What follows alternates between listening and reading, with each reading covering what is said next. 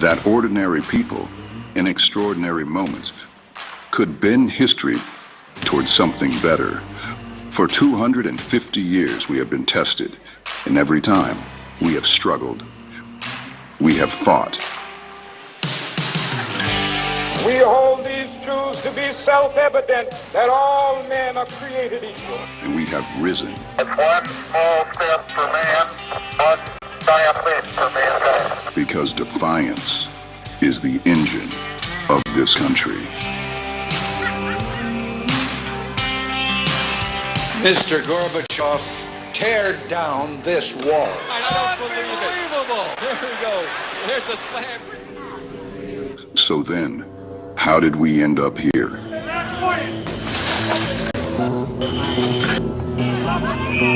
Are you a U.S. citizen, sir? Why would I answer you? Minneapolis police chief says a woman was killed after being shot in the head by an ICE agent. A nation awake, led by a man who is not a theater of noise. Excuse me, I'm going to answer the question. We're a superpower, and under President Trump, A system that speaks in spectacle and answers to no one. But you're pretending like you're a journalist, but you're she was trying to ram this guy with her car. I used to snort cocaine off of toilet seats. To defeat the swamp, we must enter the swamp. Not as part of it, but as the storm that floods it. From places power never looks, from voices it never counts. DC sandwich guy. acquitted.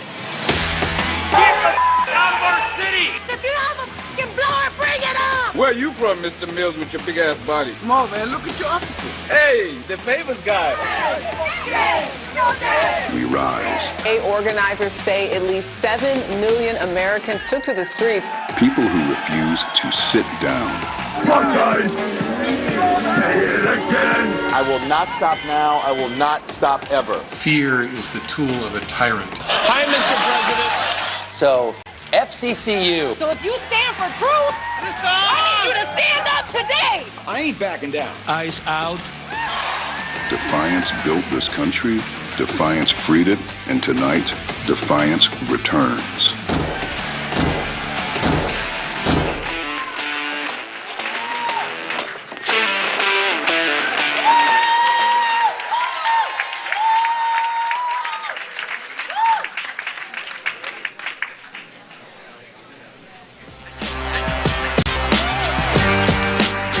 Hello, everybody! Woo! Good evening, everyone here in the room, everyone on the live stream across America. I am Miles Taylor, the founder of Defiance.org.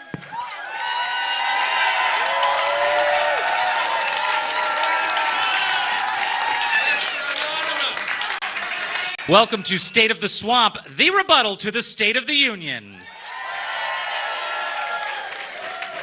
If you don't know about us, I'm going to tell you quickly. We are a nonprofit civic club founded to answer one question. What can I do? Every single week, we announce an action to combat one of Donald Trump's abuses of power. Whether that is supporting the whistleblowers, disclosing violations of the Constitution from inside this administration, whether that is suing Donald Trump all the way to the Supreme Court, whether that is standing with protesters in the streets and helping them know their rights to document agents violating the law, or as we announced last month, bringing together prosecutors to hold those agents accountable when they violate the law. I'm going to tell you something about our organization and our members. We're not doom scrollers. We're not whiners. We do. And this event tonight is called what it is because Donald Trump came to Washington on a promise. He promised he would drain the swamp, the corruption and the grift. And instead of draining the swamp, he turned America into the swamp. He expanded the swamp. But we thought, who better to help us navigate the swamp than a creature born in the swamp? The frogs. If you had your head buried in the sand last year, you might have missed that the symbol of defiance in the United States of America became the frog. Why? Because when Donald Trump looked into Portland, Oregon, and he said, the protesters are terrorists and insurrectionists, some brave people showed up at an ICE facility armed with inflatable frog costumes. They inflated. They danced to EDM music, and it was one of the greatest Emperor Has No Clothes moments we have ever seen in American history. I want to thank the Portland Frog Brigade for helping to co-host this event tonight. Thank you to the Portland Frog Brigade.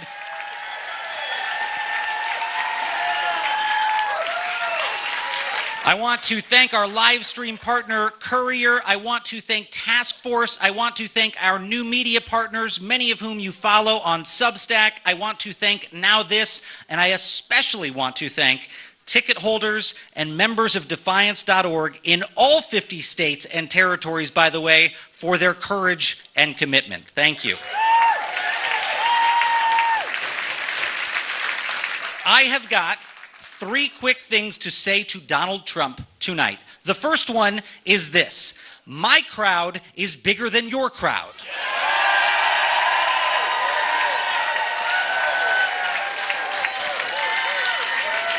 And given what I know about how many Democratic members of Congress have boycotted the State of the Union tonight, that is a fact. And he is not going to like that there are more people on the floor here than there are going to be on the House floor of the House of Representatives.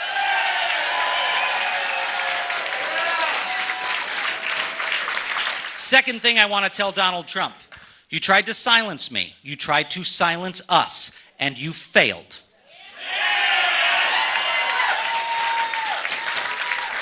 Like a lot of people in this room, I stood up against that man. My family suffered the consequences. Twice I have lost jobs because of him. I have lost our savings because of him. I have lost our family's security. I have lost close friends. I'm not the only one who's been threatened. My wife has been threatened. My 18-month-old daughter has been threatened. And you know what? That's how the President of the United States wanted it. He wanted to shut us up. He wanted to shut us up, and when we wouldn't shut up, he of course said, well, the reason we wouldn't shut up is because we're trying to make a buck. And I'll tell you what, it was really important that he said that, because it showed me something I'd forgotten. That Donald Trump underestimates the opposition because he doesn't understand them. We are not like him. I am not like him. Donald Trump may be in this to make a buck, to take taxpayer dollars from you. But unlike Donald Trump, we can't be bribed, we can't be bought, we can't be bullied, and we will not barter our conscience for a better room in a skyscraper.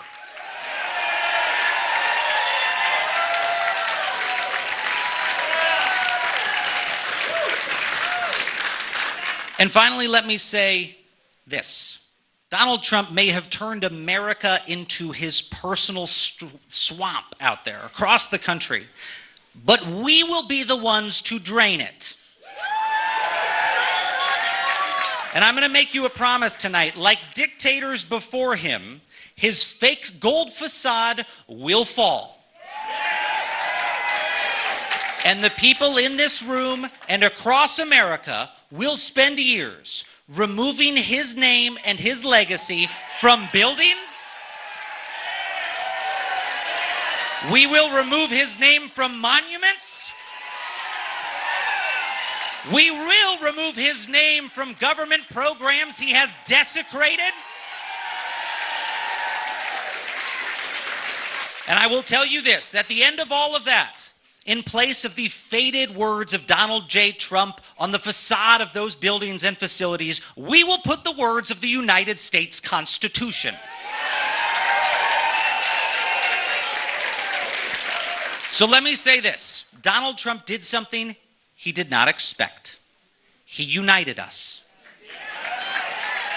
Donald Trump united millions of Americans across this country who are now determined and who are now defiant. And tonight, at this event, you will not hear from him, you will hear from them.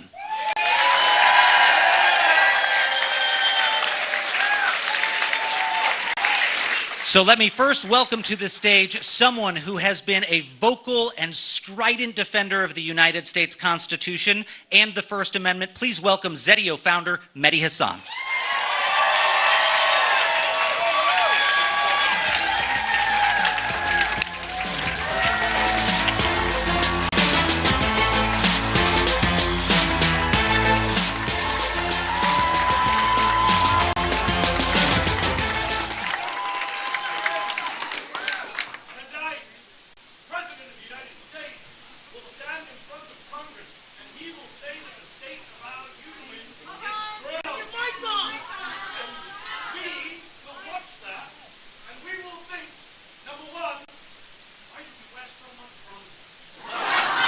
Why? But we'll also ask number two, strong? Strong? Is a democracy strong when a secret police is murdering American citizens in the street in cold blood? Is a democracy strong when lawmakers are being indicted, journalists are being arrested, comedians are being pulled off the air? Is a democracy strong when judges are being threatened, their rulings ignored, their families are being mentioned? Because the truth is that the state of our union is not strong, it is weak, it is stressed. It is being stress tested right now by a man who declares himself a dictator, who has always believed that laws are for other people. For other people. A man who not just frustrates us, he angers us. And here's the thing though, the fact that you are angry is a good thing. The fact that you are alarmed at the state of our democracy is a good thing. The fact that you are here, watching, organizing, showing up, making noise is a good thing. Because apathy is what authoritarians rely on. Our silence is what they feed off of. They want you to look around at all the chaos and say, it's just too much. They want you to think nothing I do matters. They want you to believe that voting is pointless. It won't make a difference. But democracy is not a spectator sport. It's a participation one.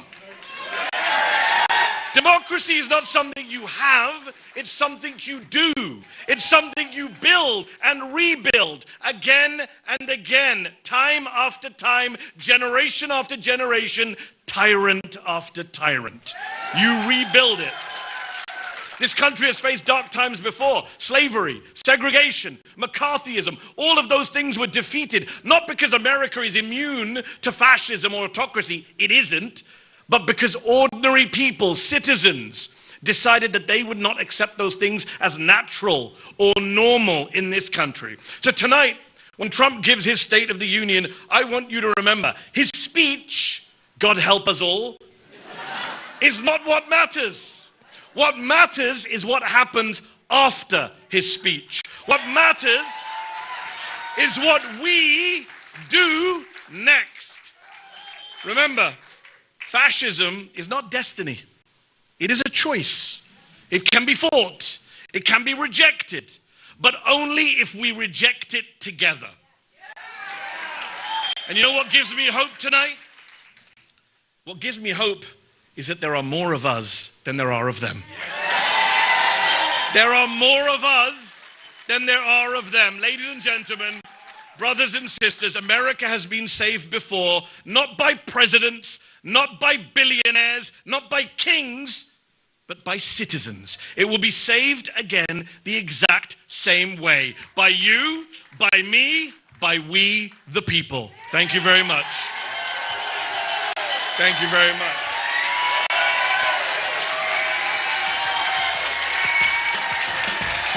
Next to the stage, former Homeland Security Advisor at the White House, Olivia Troy.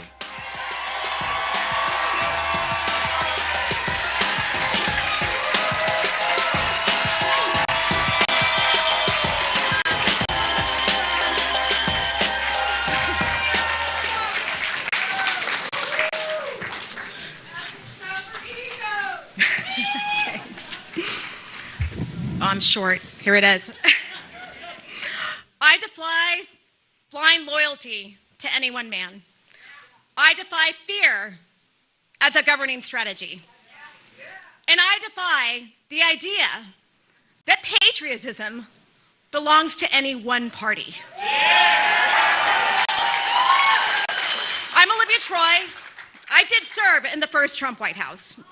I sat in the rooms where decisions were made, and I saw what happens when power stops serving the country and starts serving itself. So I walked away. Not because it was easy, but because integrity mattered more than my title. I knew there would be consequences, not just for me, but for my family. I was serving in his White House, and I stood up to him publicly. When too many chose comfort over courage, they still do that today. Because I knew what a second term would unleash. And now we're living it. This isn't law and order. It is power demanding obedience. This is not the America that I swore an oath to protect. Donald Trump demands loyalty to him. We, the people, demand loyalty to the Constitution. I stand here as a daughter of an all-American boy who grew up on a farm and became a truck driver, and a Mexican immigrant mother. Mama, gracias. Te amo. I am the American dream, and that promise is being broken now.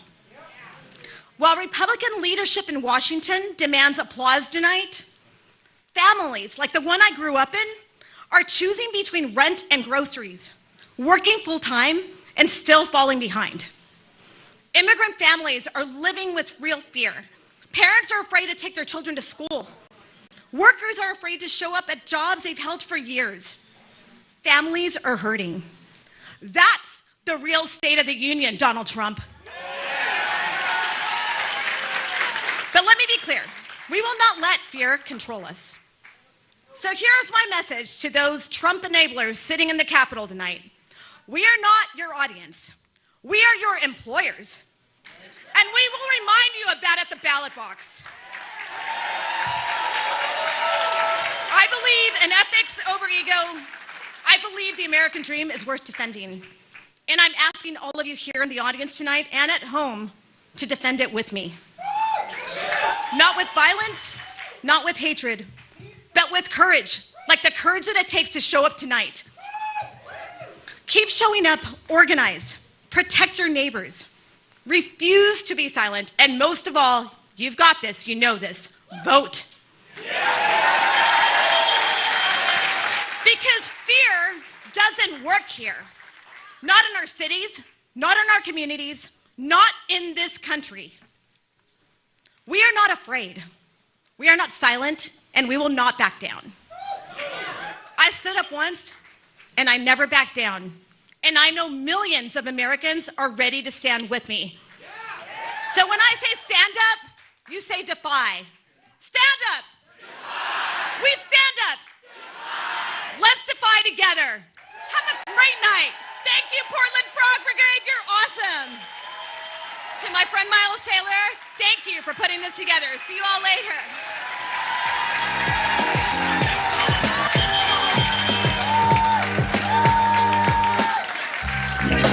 Please welcome to the stage Congressman Jason Crow, Democrat of Colorado.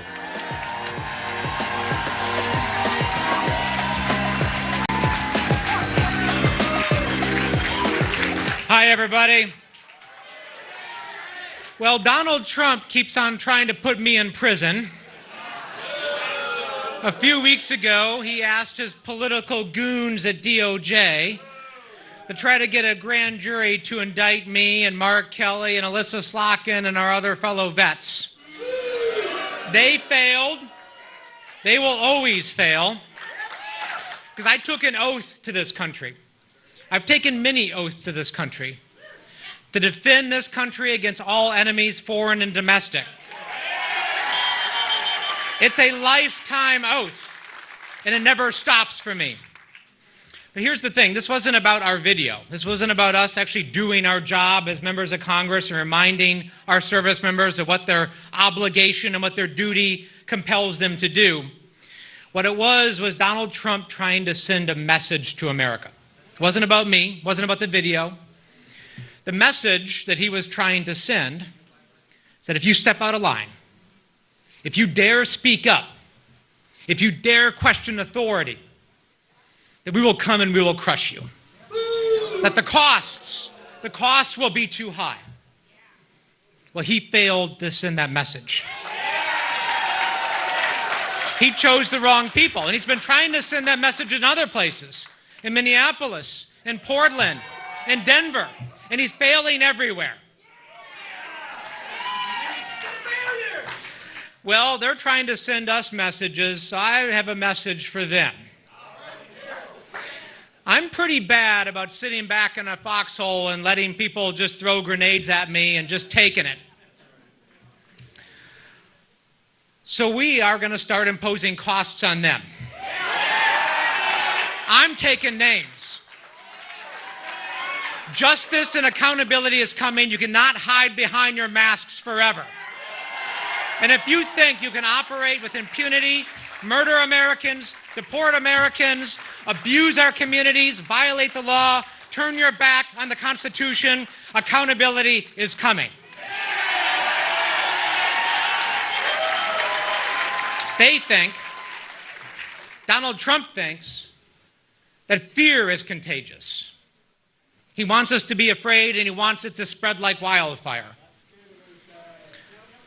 What is instead more and more clear is that courage is more contagious. There are plenty of examples of cowardice in our country. CEOs bending the knee, law firms cowing, universities kissing the ring. But here's the thing. At great moments in our nation's history, when we've been up against the ropes, it's never been the elite and the privileged that have come to save us. Never has. And it's never their story. It's never the story of those who bow and cow and cower. It's always the people. Everyday Americans, the Alex Prettys, the Renee Goods, who gave their life to literally stand in the breach. The thousands of Minnesotans who had great risk, stood on the line and documented and filmed and took pictures so that the rest of the world in America could see the abuses and what was happening. They are the ones. We are the ones. This is our moment. We will continue to stand up. The tide is turning in America. Courage is contagious. Don't give up the ship.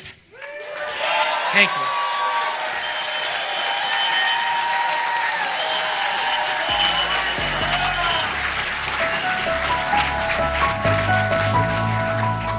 And now a video message from congressional candidate George Conway. We have a criminal in the White House, a wannabe dictator who wants this country run just for him and to screw everyone else. He's not a president, he's a deranged narcissist steamrolling our democracy. This isn't normal, and we can't let that loser, Donald Trump, get away with it. So get up, speak out, and vote. Don't let them lie to you. Call out this administration for the grifters they are every chance you get. And don't let him bully you. He thrives on fear because he doesn't want us to know how weak, dumb, and sad of a little man he really is. Don't give up. We'll win this, and we'll impeach him and anyone else complicit in destroying our democracy. And we'll make America normal again.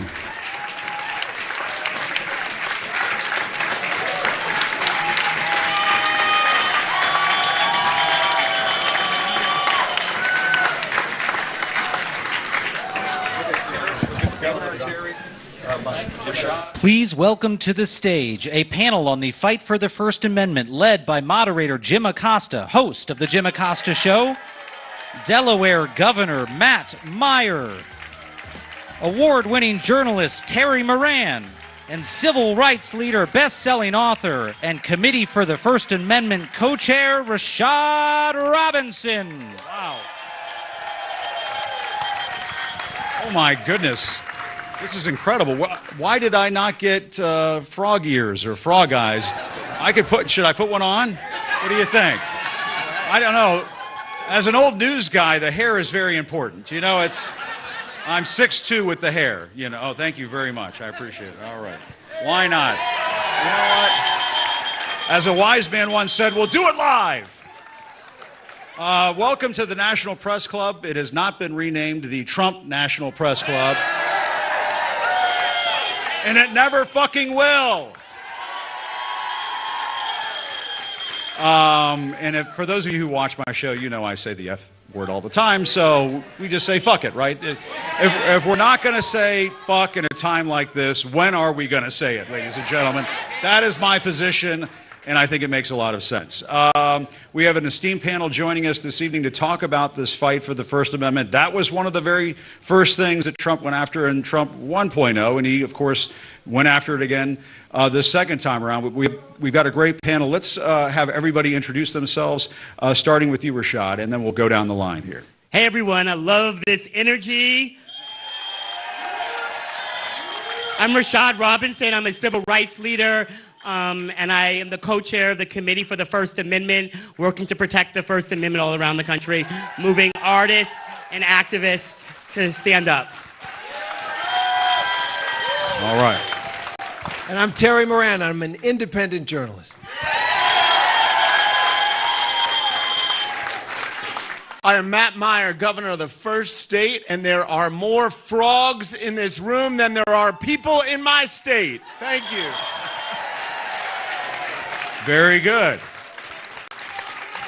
We love the first state. There was a whole thing we would go get the beer. Could we get the beer on Sundays, or you couldn't get the beer on Sundays? Get the beer on Sunday, any day, 24/7. Oh, very good. Not Okay. 24/7. I remember that, being a DC kid, going to the beach. Anyway, I digress. We've got important things to talk about.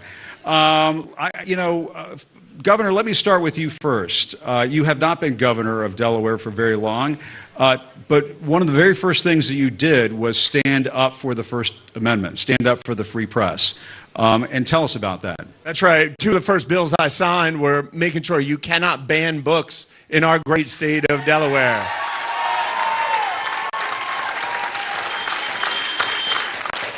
And the second thing was making sure slap lawsuits. There were these lawsuits where people try to misuse the First Amendment to prevent people from letting their voice be heard, and we're not going to have any of that in our first state.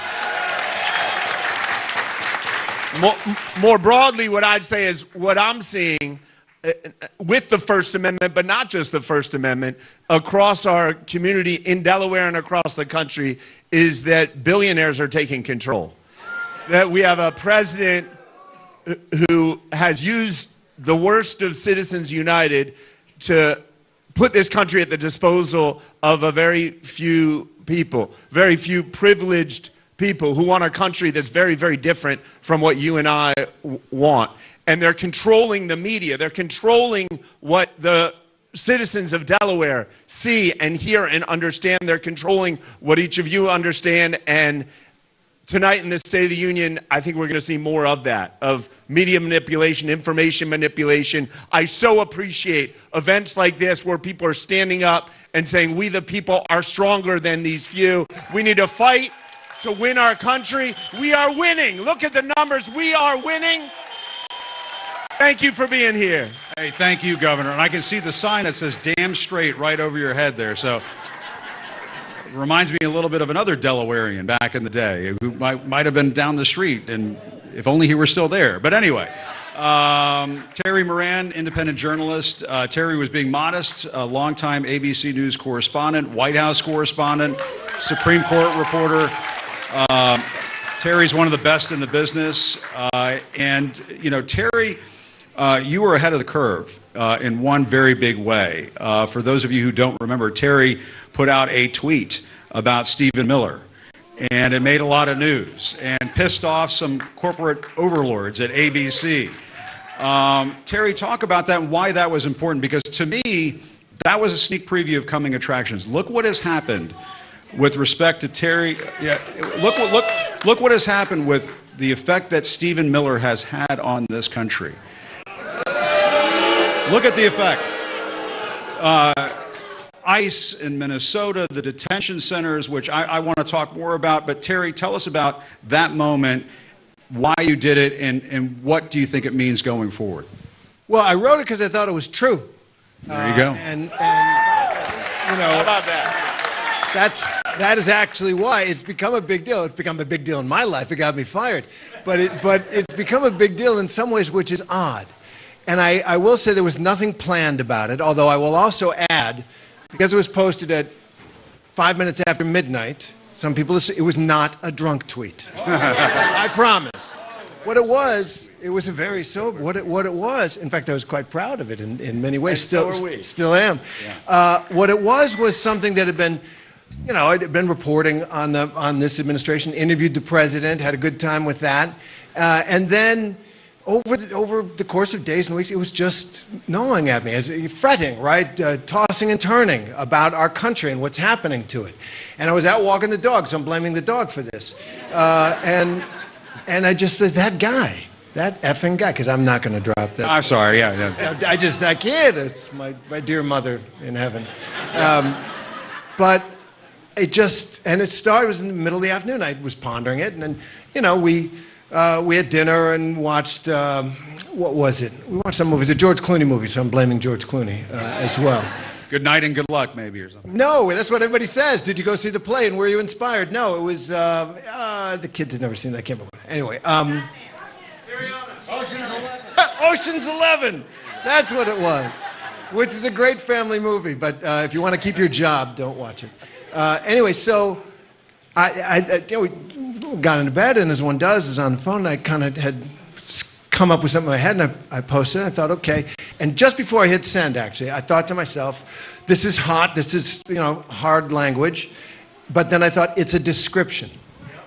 I thought, this is a description of the public man that we see every day that is just horrifying as an American public official. Yes, and it was, I guess, getting to me. Anyway, the next morning, you got to take that down, da-da-da-da-da. I will say this, the White House made clear that if I wasn't fired, all right, I'm telling the tale out of school here, ABC News was like, you're going to be on a 2-week suspension if we can keep it to that, but it's going to the West Coast. And this is the only reason I mention that, because that's the corporate pressure on Disney. And then I knew it was done at that point. But here's what I learned from it. Now that I'm in independent media, where so much is happening, I love it. The First Amendment isn't, a statement of law. It isn't even a commitment to law. It is a practice, and we have to practice it because we can't count on a lot of institutions to do it for us. That's right, and that's what tonight is all about in many ways. I mean, you know, we're here guarding the First Amendment right here, all of you with us tonight. You're defending it. You're on the front lines, and all of you who supported us tonight, thank you. Yeah, give yourself a round of applause. It means a lot. Even the frogs. Especially the frogs. And Rashad, tell us about how you've been on the front lines of this battle for the First Amendment in this country. And you've been working with somebody who I think the audience might know something about. Tell us about that. Well, the Committee for the First Amendment is a project that was founded or refounded by Jane Fonda, whose father was part of the original Committee for the First Amendment. And it includes over 3,000 artists and celebrities who are working to use their power to help more people recognize what's at stake and also to challenge their own industry about what is happening, both the consolidation of media, the ways in which corporations are engaged. But let me be clear about what's happening. As someone who has led the largest boycott in American history, which was the $7 billion boycott against Facebook because of the ways in which their algorithms and the ways in which their corporate profits put us in harm's way is that corporations every single day are trying to make us believe that the inequality that we see in the world is unfortunate rather than unjust. And the ways in which they're trying to make us feel like it's unfortunate rather than just is because they want us to ask for charitable solutions to structural problems. They want us to be able to say that we send water bottles to communities that don't have clean water instead of cleaning the pipes. We do after-school programs instead of actually dealing with the inequality in public education. And along the way, they want to take away our voice in the process. But what I've understood every single day is that we will always lose in the back rooms if we don't have people lined up at the front door. And so our work today and our work moving forward is to be able to raise our voices in very clear ways and to hold the enablers accountable and to say that you cannot come for our money by day and try to take away our vote by night, try to make us unsafe by night, try to make it harder for us to be able to get health care and all of the other things we deserve. So our First Amendment is why I get to sit here today. But I also want us to recognize that part of this work is recognizing that there is no time machine that we should be trying to get in and go backwards. I am a black, gay civil rights leader, and besides besides like clothes and music, there's no time in the past that I want to go back to. I don't want to get out of that time machine and see how things are working. So our work today is also about what do we do together to build the future that we all deserve, a future that we actually haven't ever experienced. That is going to be the work about coming together and facing those that stand in our way. And that is the work that we have to do to move forward. There you go. Wonderful. And Governor, Governor, one of the things that Rashad just said that I want to pick up on, he said a lot that I want to pick up on, but he's talking about our vote. Our vote is our voice. It is an expression of our freedom of speech, freedom of thought. And right now, Donald Trump, I think, is trying to damage that. He's trying to pull a fast one with this SAVE Act or Save America Act. They give it a different name every week because they're trying to pull a fast one. And they want to, he says, oh, it's just voter ID. You know, what's the big deal with voter ID? Putting that to the side, tucked in that legislation is a provision that would basically hand over state voter rolls to the Department of Homeland Security. Not that he would do anything nefarious with that. Oh, of course not. But Governor, what are your thoughts on all of that? I have a mentor, not in politics, just in life, who shortly after I was a public school teacher, ran for a county office. He sat me down and he said, you have the trust of the people right now. You're new, you're shiny, right? You have the trust of the people. You only get that once, and you can lose that. And we can all think of people who have lost that. Our president has lost the credibility of the American people. And so when he stands up and says something like the save, do you think someone who led us into January 6th is looking to save our votes? He has no credibility. And so you can look at the passport requirements and birth certificate requirements and the hints that ICE is coming to polling places near you. And we all need to stand up. I'm going to do my part as governor of Delaware. I've spent a few days in D.C. with Democratic and even a few Republican colleagues who are raising their hands saying they're going to stand up and do their part. But we also need you to do your part. Let's stand up to this nonsense. Yeah, this is not who we are. That's right. And Terry, another thing that Rashad mentioned, and Rashad, I feel like you're doing a better job than myself moderating this, but you brought up the power of the boycott. There was a time, Terry, when it was sort of conventional wisdom, oh, boycotts don't make a difference. What can you do? Look what happened with ABC and Disney. When they tried to silence Jimmy Kimmel, they tried to silence him. People started canceling their Disney Plus. All of a sudden, they got some religion over there in Hollywood. Absolutely. Religion meaning money. Yeah. But also, you're onto something. Mighty dollar.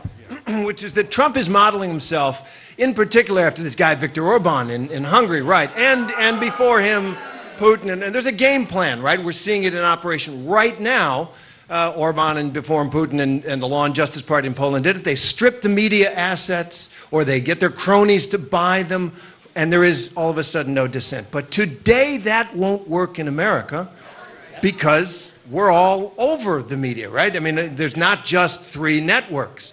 When I was a kid, I always wondered, and when I got to ABC, I still wondered, why do all 3 networks tell the exact same story in the exact same way, in the exact same order, every single night? It's a big world, right? That is no longer the case. And so I think this kind of event, which Miles helped organize for Defiance, and this is something that they will have a very big, hard time stopping. I agree, totally. And just today, Terry, they were talking, I mean, it's in the news that Warner Brothers Discovery might try to sell off to Paramount, that their bid is looking better, which would give the Ellisons control over CBS, potentially, and CNN. And as I've said at other events, if I were in charge of CNN, I would fire Scott Jennings. I would fire his ass immediately. Does anybody here want Scott Jennings doing the evening news on 2 different networks? Give me a break, Jesus. Rashad, last thought from you before we go. Are you hopeful in all of this? This is a big year. I have to be an optimist. The progress can only be achieved if we believe something bigger is possible. And I think the message I want to leave everyone here with is that we cannot mistake the presence and the awareness that people have for actual change. Presence is only a piece. We have to build power. And power is about challenging the institutions that stand in our way, but most of all, power is about our ability to actually change the rules. It's the written rules and it's the unwritten rules. And so I think for any one of you and every single day, 5, 10, 15 years from now, we're going to look back at this moment and we're going to have to be accountable for what we did and how we showed up. And the story that we get to write right now is a story that we either get to be the protagonist or we get to be a bystander. And so talk to the people in your communities. Invite the people in your networks. Show up in your listservs. Show up on your WhatsApp chats. Show up to your family conversations. But show up every single day and engage people. Our ability to look back at this moment and tell the story about what we did to change what's happening starts now. Right. Let's do it. All right. And on that note, I will just end by, I'll just close this out because we're over time. I'll close it out with the message that I left when I departed my old place, as I call it now, when I left the anchor desk and jumped into independent media. And I think it still holds today, and that is, do not give in to the lies. We're going to hear a lot of lies tonight. We're going to hear a lot of lies tonight. Don't give in to the lies. There's a lot of fear these days. Look what's happening across this country with these detention camps, what's happening in Minnesota and ICE. Don't give in to the fear. Hold on to the truth and hold on to hope. And fuck ICE. And fuck ICE. And thanks for joining us. A big round of applause for Jim Acosta, Rashad Robinson, Terry Moran, and Delaware Governor Matt Meyer.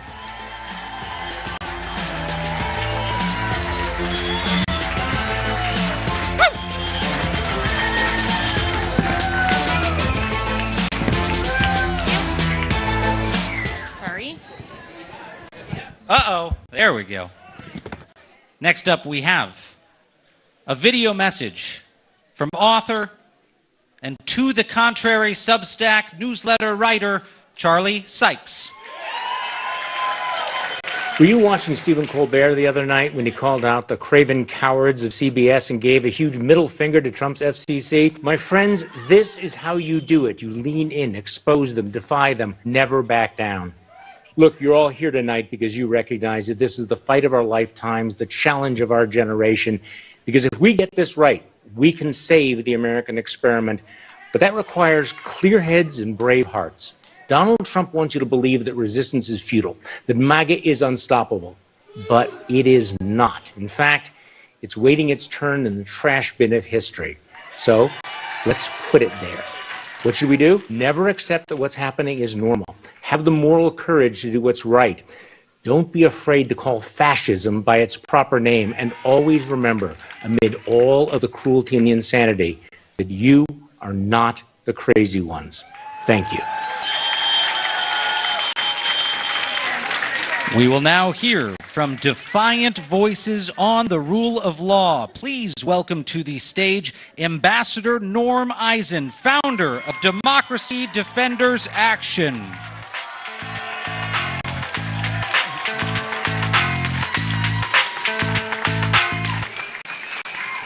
Good evening, friends, and I'm pleased to be here to tell you that the state of the resistance is strong.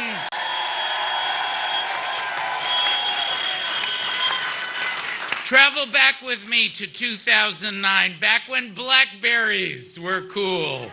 We would print MapQuest directions for road trips, and Donald Trump was still recovering from his most recent bankruptcy. I was working in the White House for my law school classmate and friend Barack Obama as the ethics czar. Shortly after taking office, President Obama prepared to deliver his first joint address to Congress, and the president was so committed to ethics that nearly a quarter of that first State of the Union speech originated from the work he and I and our wonderful team did to make government more ethical. Today, not so much. In fact, I don't think that that thing that's happening a few blocks from here even deserves to be called the State of the Union. It really should be called the state of the unethical, or the state of the unconstitutional, or the state of the unhinged.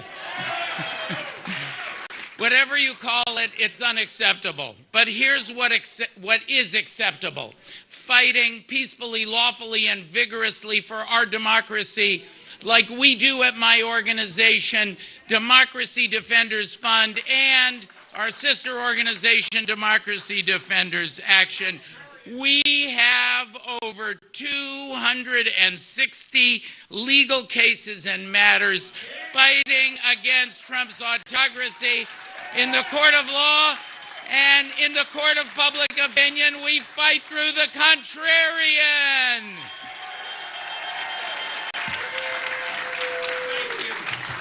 You're welcome.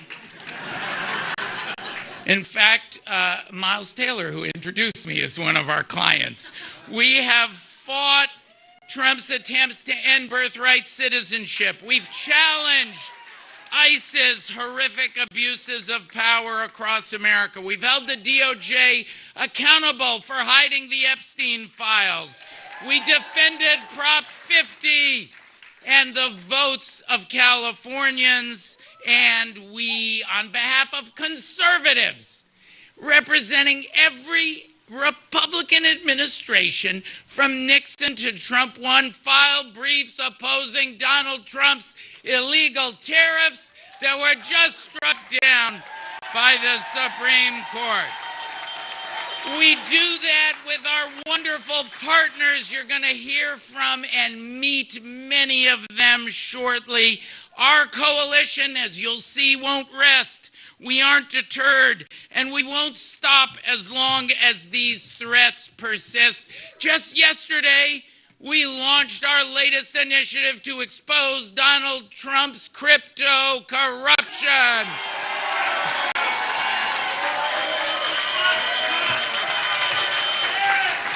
We will not let him and his cronies get away with it. Our democracy coalition won't let them get away with it. Just look around this room. Look at what we've been able to accomplish together in just the past year. Inflatable frogs and inflatable lawyers. The fight goes on, and I'm so proud to be here with each and every one of you. Thank you, friends.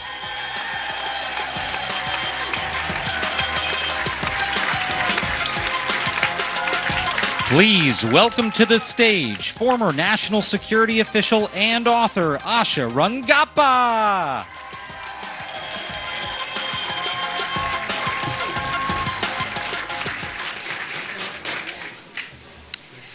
I defy the idea that cruelty makes a country strong. Tonight, there's going to be a lot of talk about strength. Strong borders, strong leaders, strong America. But I'm here to say, as someone who spent years enforcing the laws of this country, there is nothing strong about abandoning the rule of law.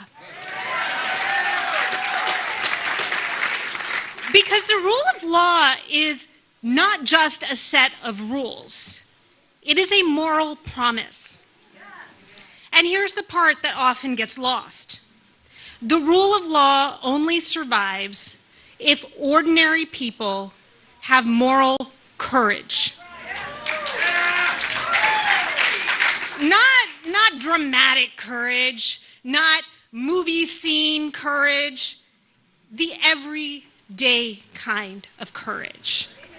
The courage to say, this is not right. The courage to refuse to go along. The courage to see other people as fully human.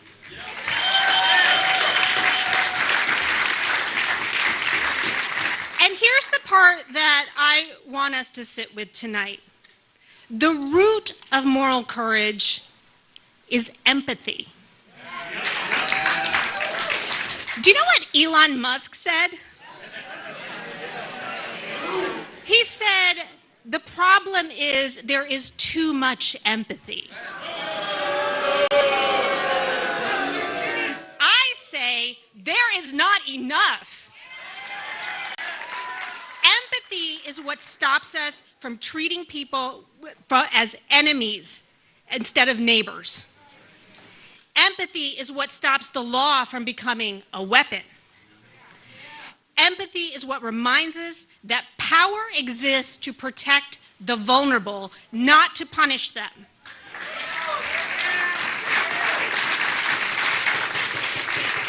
And let me let you in on a secret. You know who knows this better than anyone?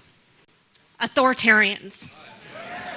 They know that if they drain empathy from a society, they can hollow it out from the inside. So they tell us to fear one another. They tell us some people don't belong. They tell us that cruelty is strength. But cruelty is not strength. Cruelty is what happens when empathy disappears, and when empathy disappears, the rule of law is next. I've seen this up close. The most dangerous moments are not when laws are broken loudly. It's when they're bent quietly, justified politely, and obeyed without question. History teaches us again and again, the greatest harms are not carried out by monsters, they are carried out by regular people who convince themselves they have no choice, that it's not their responsibility, that someone else will speak up. Moral courage is refusing that lie. It's choosing empathy when obedience would be easier. It's choosing principle when silence would be safer. Empathy is courageous, courage is courageous, and democracy is courageous. Stand up.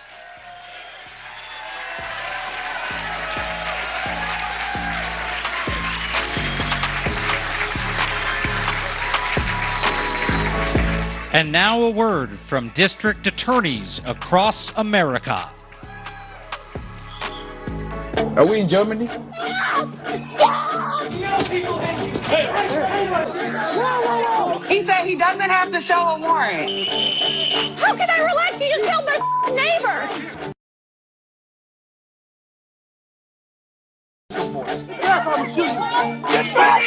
I've had enough.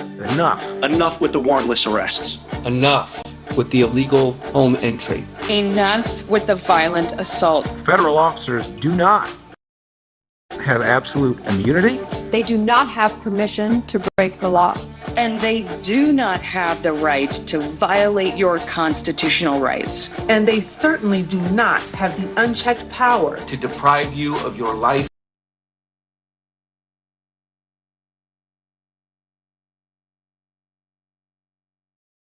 Attorney. I'm a prosecutor. I am a district attorney. I'm a district.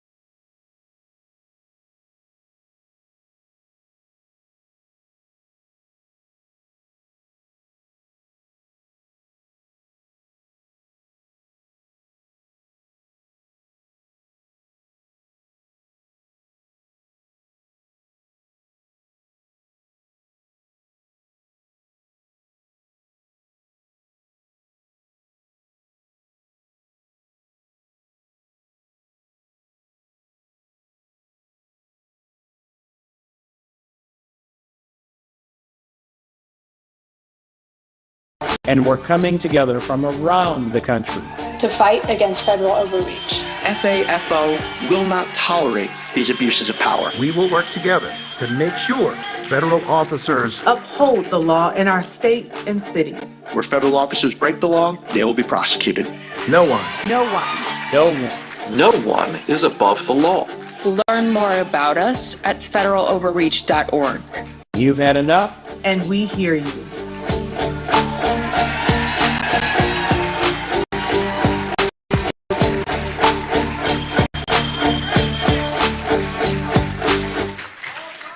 That, by the way, is an organization that was started by Defiance.org.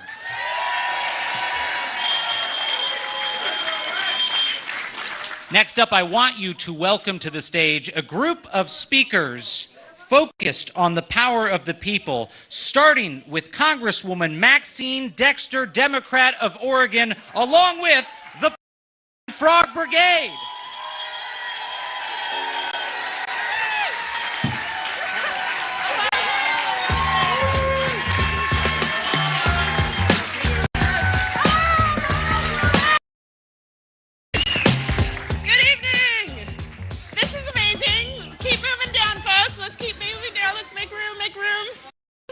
Okay, I will get it. Sorry. Good evening. I am Maxine Dexter, really proud to be here tonight with you. And I think you can see, thank you. I love you. I'm a mother. I'm a physician and a flag. And I am the proud representative for Oregon's Congressional District. Yes, thank you. Thank you. And tonight, I defy Trump and his authoritarian project by standing in joyful, radical, peaceful resistance with the Portland Frog Brigade.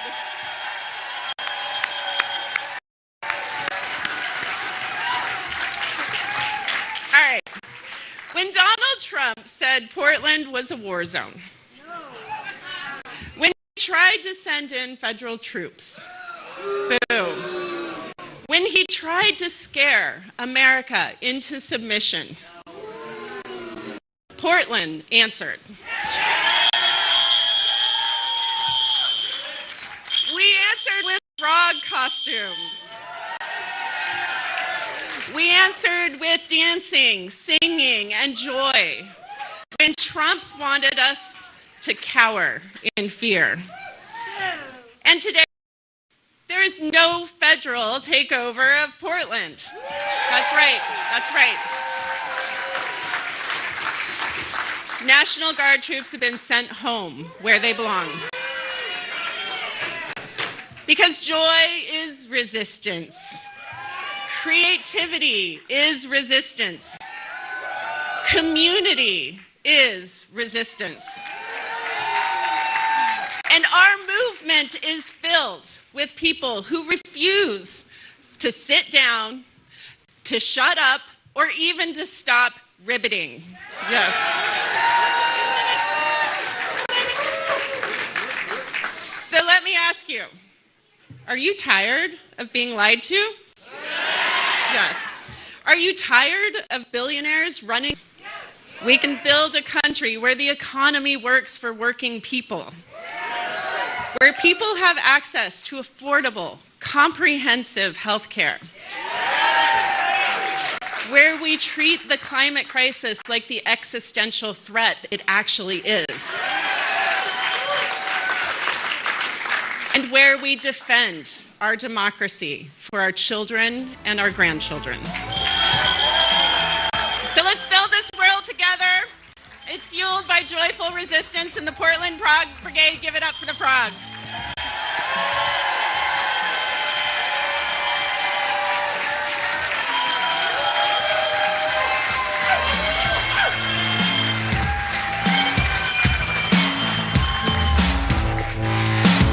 Please welcome to the stage Emmy-nominated storyteller, comedian, and Substack writer Baratunde Thurston.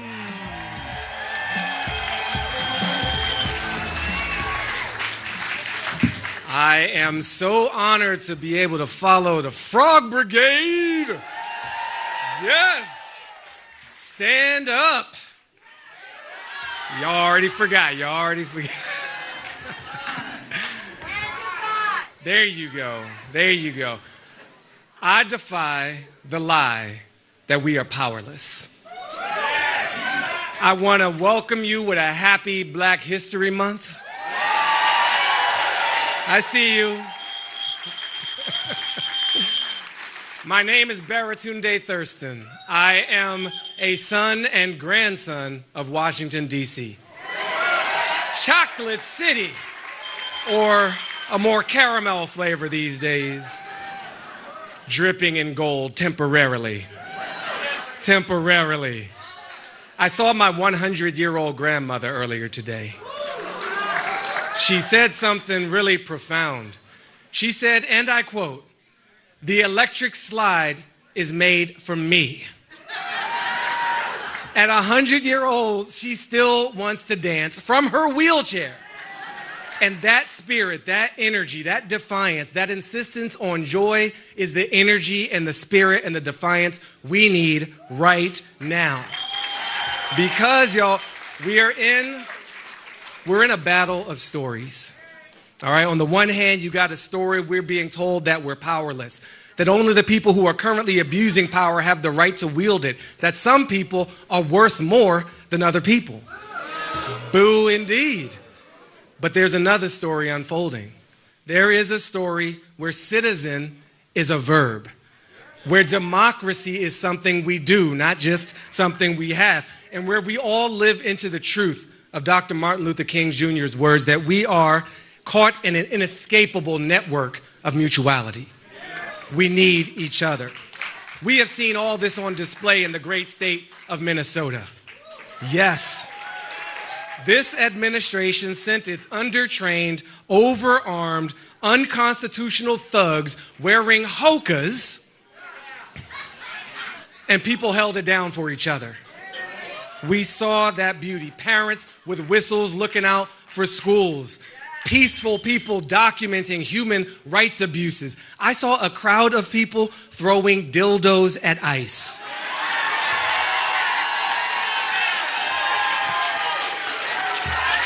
That's my favorite, dildos at ICE.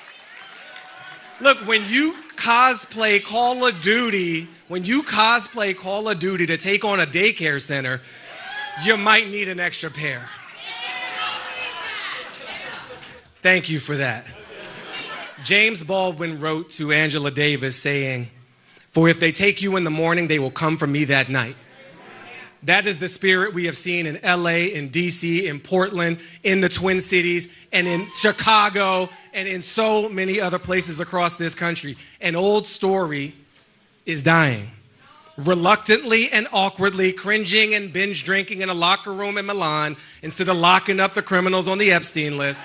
But a new story is being born of mutual aid, of teaching history, even and especially from banned books, of standing for people and planet and recognizing there's no separation between either of those two things.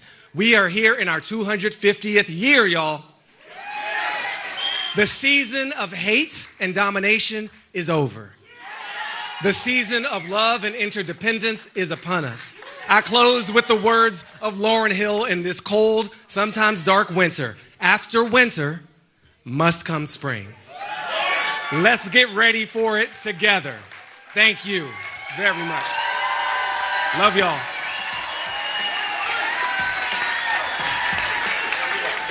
And now, a video message from best-selling author and former presidential candidate Marianne Williamson. Well, hi. The president is going to give his State of the Union tonight. He's going to tell us how he sees things and what he thinks should happen now. I think it's a pretty good bet that many of us will not agree with the president, either in his view of what's actually happening in our union, as well as in his view of what agenda should take us forward. Many of us see him and his administration, his words and his actions as detrimental to our democracy, even an active assault upon it. And while he took an oath to the Constitution, we might not have taken an official oath, but we feel it in our hearts. So we're going to stand for our Constitution. We are going to stand for the principles on which we purport to stand.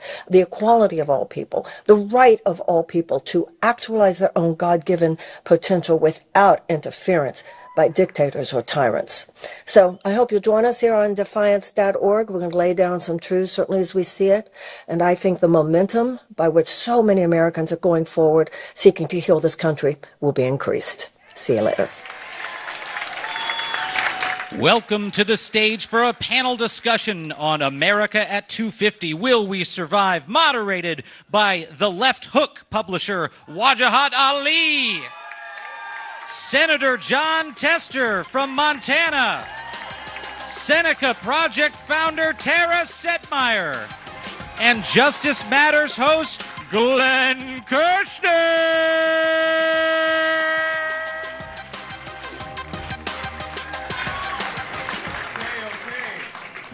Can you all hear me? Hello, hello. Conspiracy. Hello. How's everyone doing? People, to quote the late, great Bernie Mac, I'm not here for any foolishness. I did not drive all the way from Alexandria in my Honda Odyssey minivan for such a pathetic response. When I ask you how you're doing, I want to hear from a living, breathing audience, people who are committed to defending this thing called democracy and to resist this rapist vulgarian named Donald Trump. How are you doing?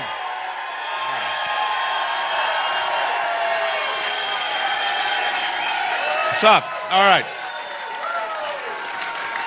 Well, that's all the time we have. Thank you all for coming. Respect to the frogs. Give it up to the frogs. All right. Big question. Will America survive to 250? We're almost there. It's an inshallah. We're stumbling there, and we have this august panel to discuss this very important question in 15 minutes. All of them are filibusterers. So let's hope that we can, inshallah, have some pithy comments, but we're gonna get to it. First and foremost, Senator John Tester.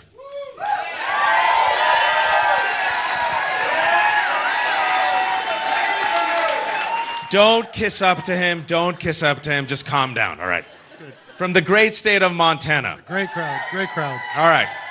Now, you believed in bipartisanship. You believed in a good time when Congress could do its job, where elected officials had a duty to the Constitution, where these people need to actually fulfill their oaths and keep people in check. However, the question I have for you, how do we get to 250 when one of the two parties are now reeks to a right-wing authoritarian, where Lindsey Graham and Ted Cruz live in the anus of Donald Trump, and too soon?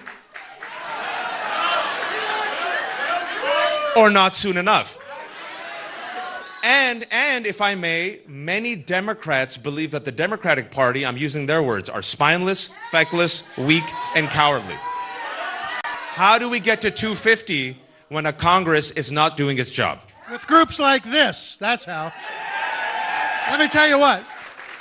This country has always been about we the people. And when folks stand up and make sure their voices heard, people change. I believe in bipartisanship. And I think there's one bipartisan thing that Congress needs to do right after the election next year when Democrats take over the House and the Senate, and that's impeach the son of a bitch. What? And guess what? Last time I checked, it has to be done in a bipartisan way, so they ought to get after it and get her done. Let me tell you something. I come from rural America. Rural America voted for Donald Trump, and what this guy's done to rural America is absolutely, unequivocally unacceptable. What he's done to the markets for our farmers, what he's done to our health care system, what he's done to housing, what he's done to...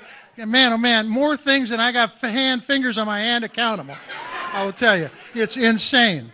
And I've got to tell you, the only thing that I know that, by the way, Congress has been asleep at the wheel for 13 months, but the only thing that I know that Congress can do to hold the executive branch accountable is they need to get a hold of some folks, just like they did back in Nixon's time, and say, well, do we have enough votes to impeach this dude? Because they should. And then they walk into the White House and say, guess what?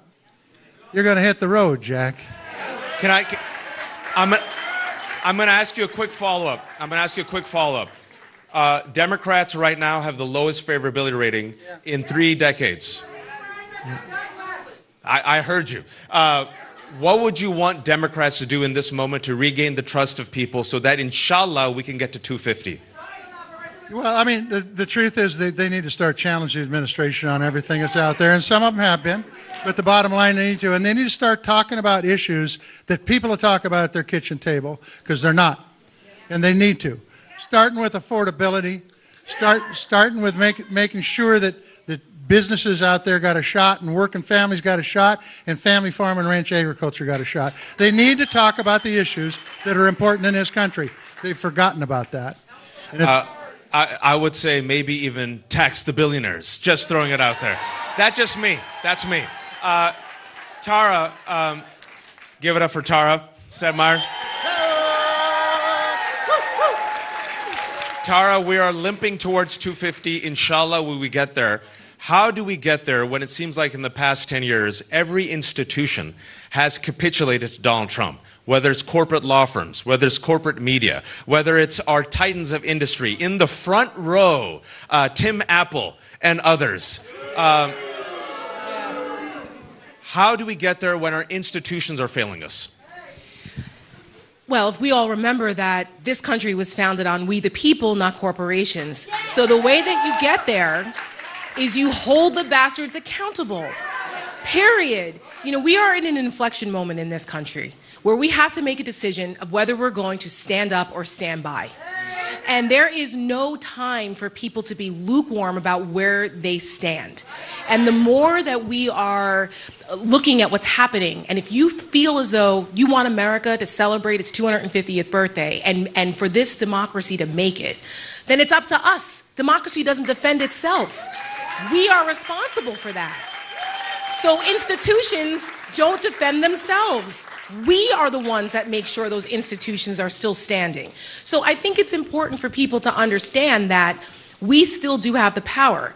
Doesn't matter whether Donald Trump tries to flood the zone and tries to, do things to make us feel as though we are helpless or hopeless and he's going to do what he wants to do. We have to say, not no, but hell no. And it starts with things like this. When we gather, you build community. We do the No Kings protests. You hold Democrats accountable also. You can't have a resistance that's scared to be a resistance, right?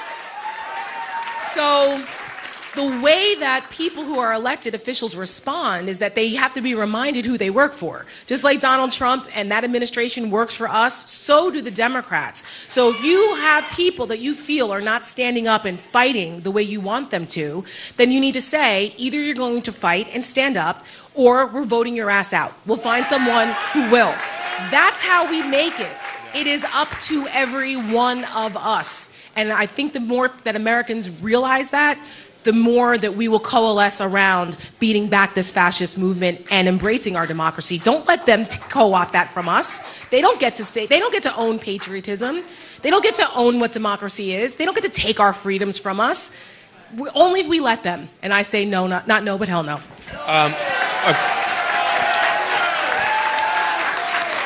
This crowd seems very, this seems like a very centrist crowd, filled with many milquetoast moderates. No, I kid. For those who believe they can play footsie, I love you too. You have exquisite taste. Tara, for those who want to play footsie with fascism, for those who think you could play prevent defense, for those who think you can still negotiate your way out of this, we were talking backstage, and you appreciated my analogy of smash mouth football. Right.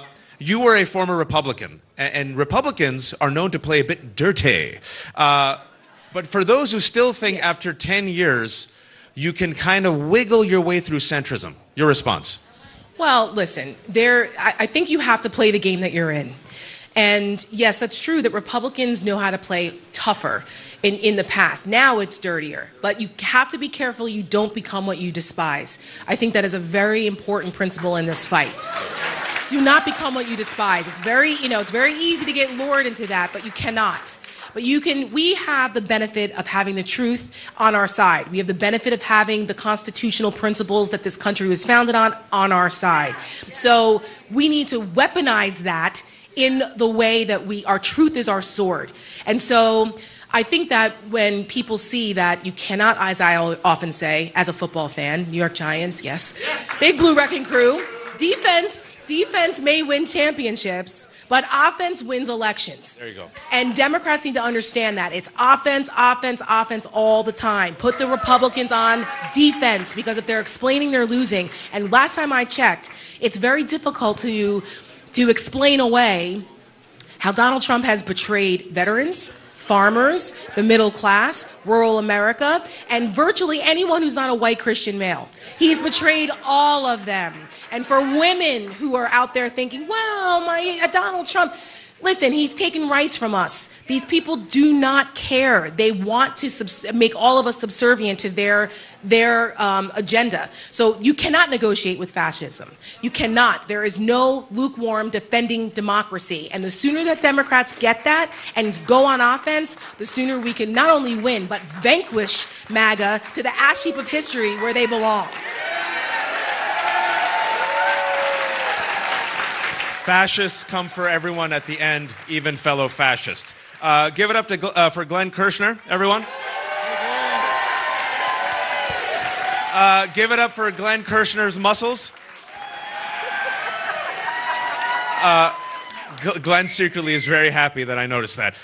Glenn, I think one of the enduring sins of the Biden administration, he did many good things, he did some terrible things, Gaza being one of them, the Gaza policy. The other one, Merrick Garland. How do we avoid the Merrick Garlanding on our path towards accountability? Because we won't make it unless there is a reckoning, sir. Yeah. So with accountability, all things are possible. Without accountability, we get right where we are right now in the midst of this Donald Trump-induced darkness. But do you know, and I want to talk about accountability, do you know we the people won a significant victory today? Did you see the reporting? Anybody know what I'm talking about? Trump flunky Jeanine Pirro, who is, God help us, the U.S. attorney at my beloved home for decades, the D.C. U.S. Attorney's Office. See, I get justice goosebumps. I got to stand up. Today, she said, you know what? I think I'm going to stop trying to prosecute the innocent. I think I'm no longer going to try to indict 6 members of Congress who committed no crime. All they did, take it from this old Army jag, is they opened the Uniform Code of Military Justice and they read military law. That military members must disobey unlawful orders. You know, there's a difference between failure and defeat. Failure is Donald Trump's health. Failure is Donald Trump's mental faculties. Donald Trump is failing, but we are defeating Donald Trump's dirty DOJ leadership. And when I say we, you know why Jeanine Pirro today said, okay, maybe I'm going to stop trying to prosecute the innocent? Because grand juries sitting as the conscience of the community sat in those. We have 8 grand juries right up the block. Those are my people. I spent years in those rooms. Can I stand up? Good. And now you're rolling. Now you're rolling. And those regular folks, just like us, went into that room behind closed doors, and they told Jeanine Pirro, we will not endure or endorse your lawlessness. Get the hell out. Get out. You know, that's we the people defeating Donald Trump and his DOJ and Pam Bondi and Todd Blanche and Jeanine Pirro. And how many times have the grand juror said no and no and no and no and no.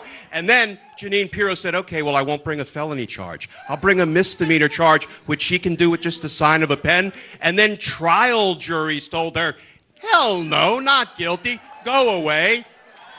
That is we the people. That's we the people doing that.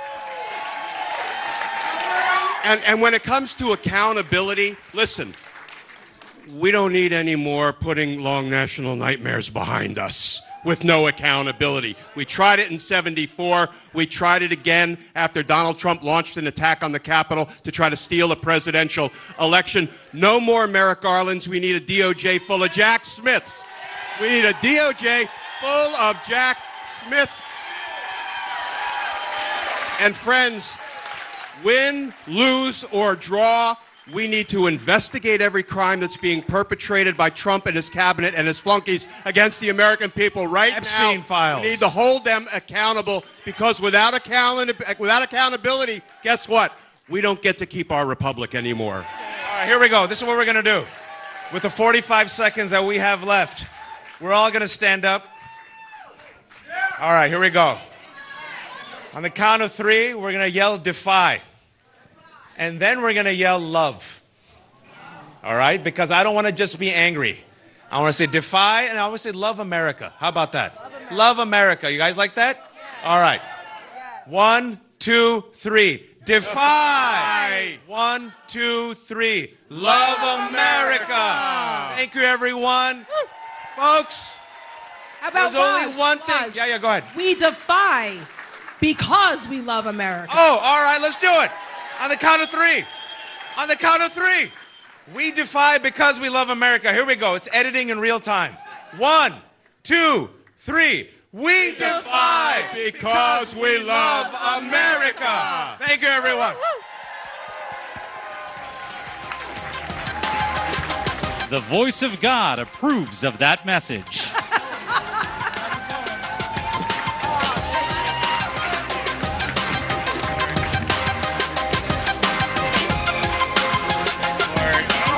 Next up, a message from Virginia Congressman Representative Eugene Vindman.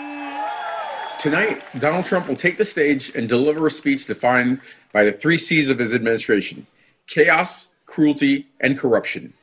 You won't hear a real solution to another C, costs. You won't hear a serious plan to lower costs for working families. You won't hear anything that reflects what Americans feel in their daily lives. You'll hear what you always hear from Donald Trump: lies, insults, and deflections. Here's the truth: abandoning working families, cozying up to authoritarians, betraying our allies like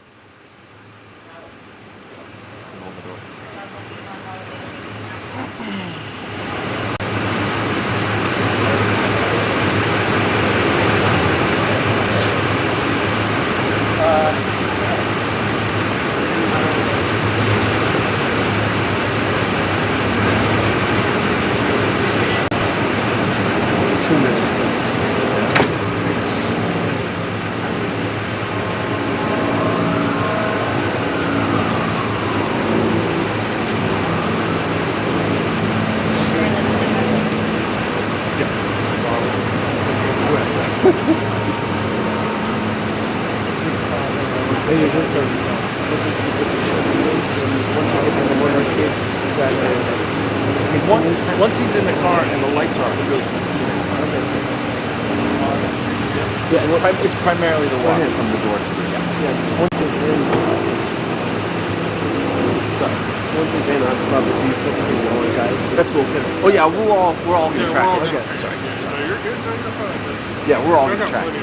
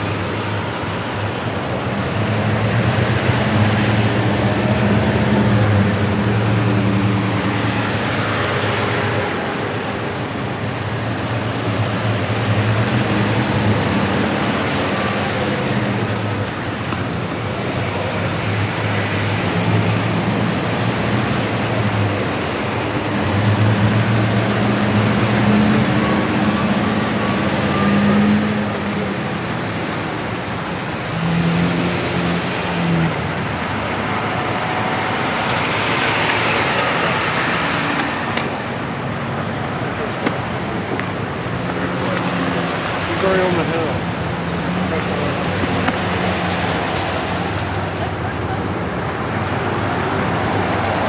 He's crazy. I would never do that.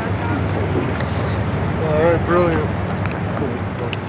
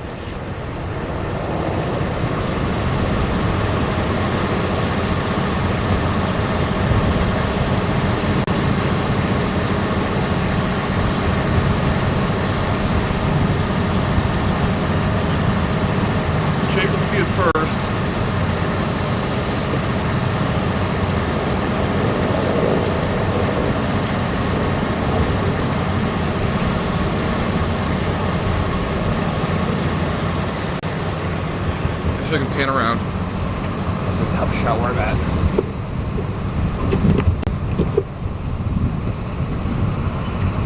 I think they're going to go through the north barricade.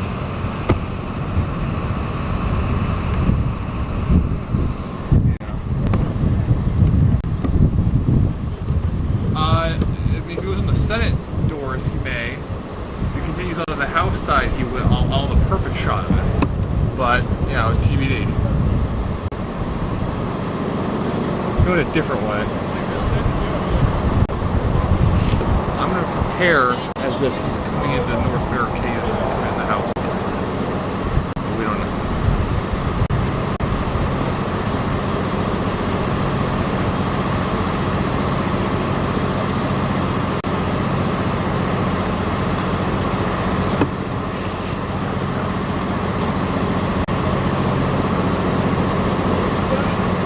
I got a motorcycle. I don't know. This is Nick. Nick has a motorcycle. It's one past. I don't. That's the only vehicle I've seen now. Nothing else.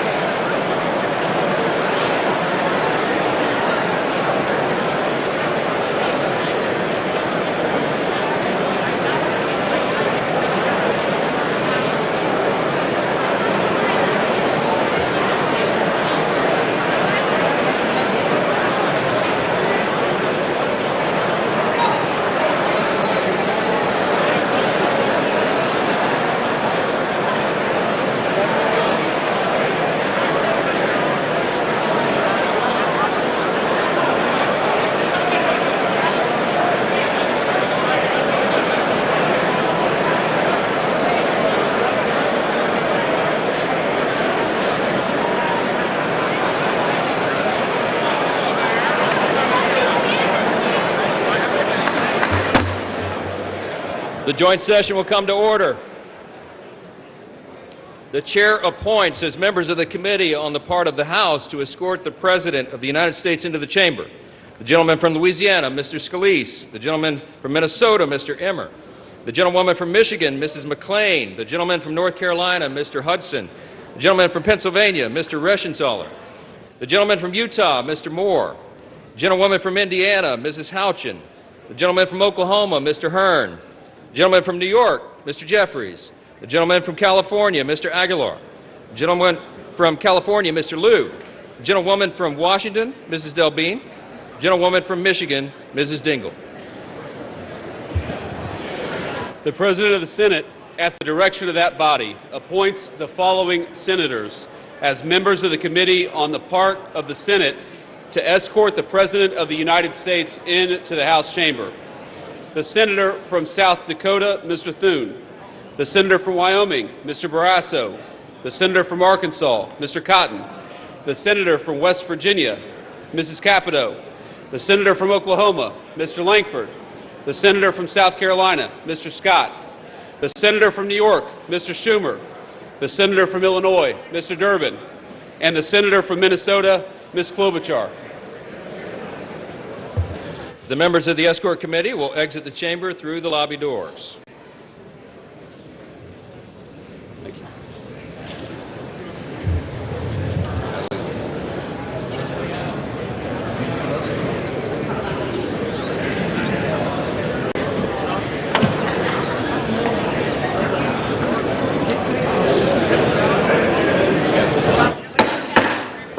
Mr. Speaker, the Acting Dean of the Diplomatic Corps.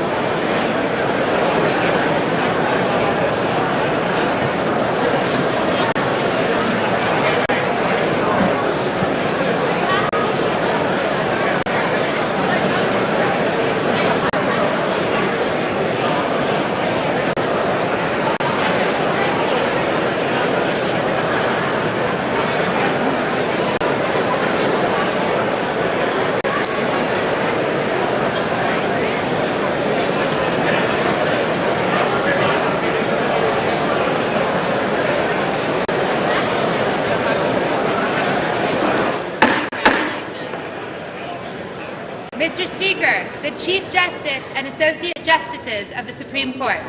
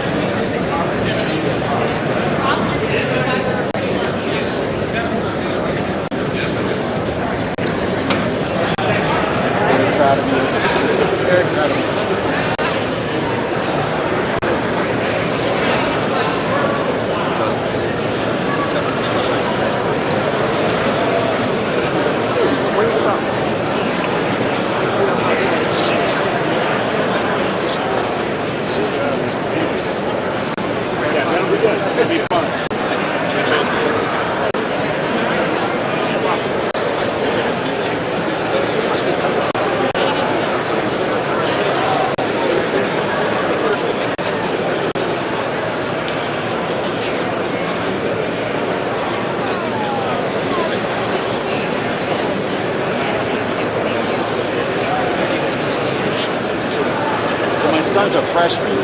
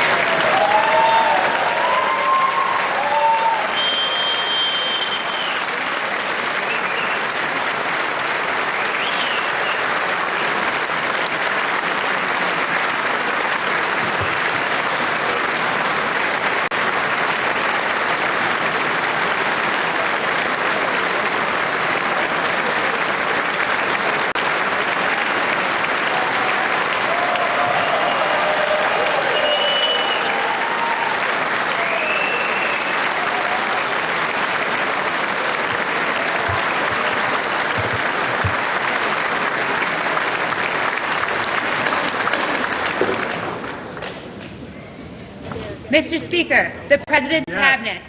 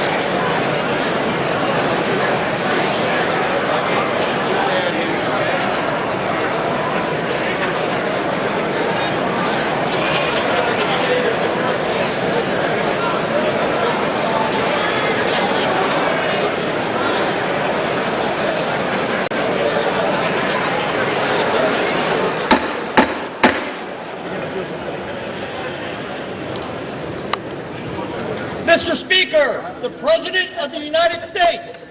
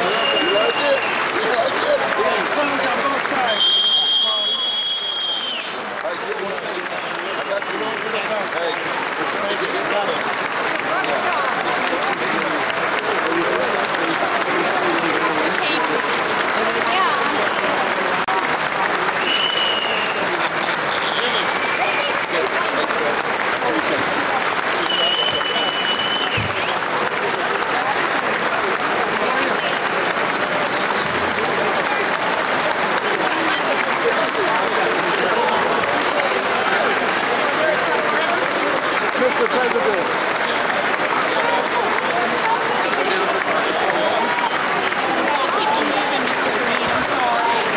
Trying to keep them on time.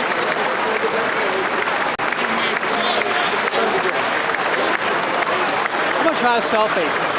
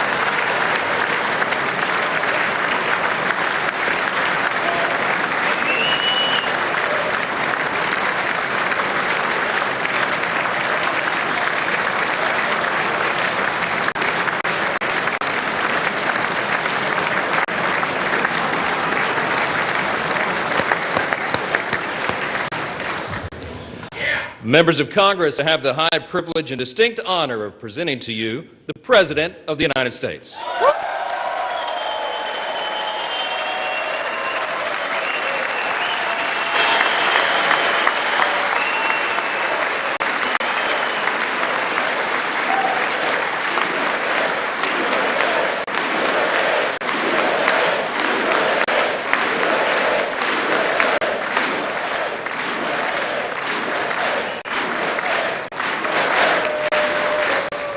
Well, thank you very much, everybody. It's really an honor. Speaker Johnson, Vice President Vance, First Lady of the United States,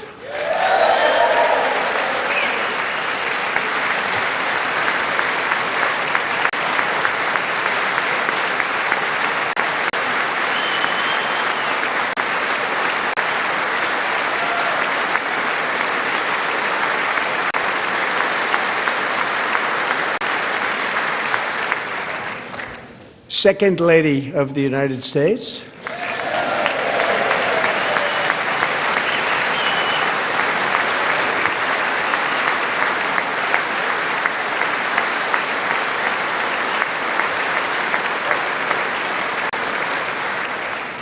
members of Congress, and my fellow Americans.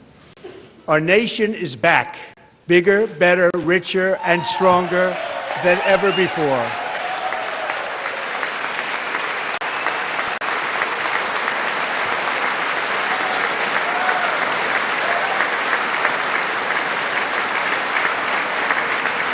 Less than 5 months from now, our country will celebrate an epic milestone in American history, the 250th anniversary of our glorious American independence.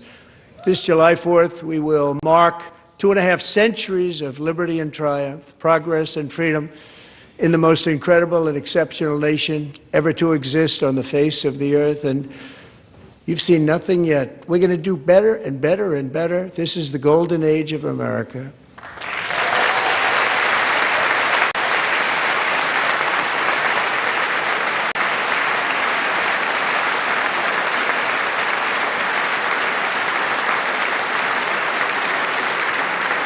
When I last spoke in this chamber 12 months ago, I had just inherited a nation in crisis with a stagnant economy, inflation at record levels, a wide-open border, horrendous recruitment for military and police, rampant crime at home, and wars and chaos all over the world.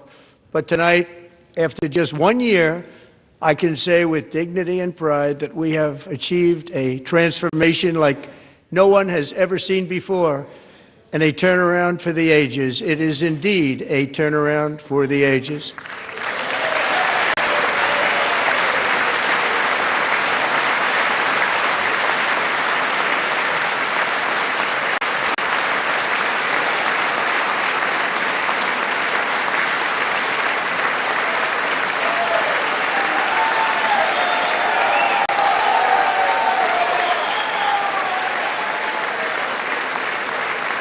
And we will never go back to where we were just a very short time ago. We're not going back. Today our border is secure.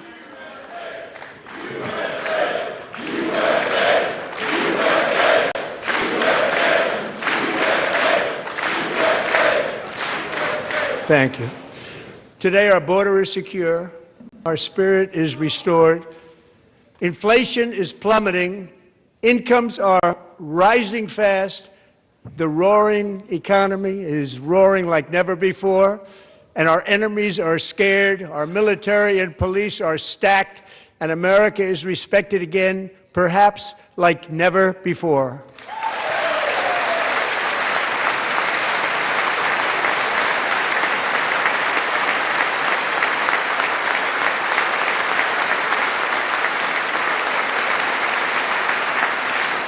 After 4 years in which millions and millions of illegal aliens poured across our borders, totally unvetted and unchecked, we now have the strongest and most secure border in American history by far.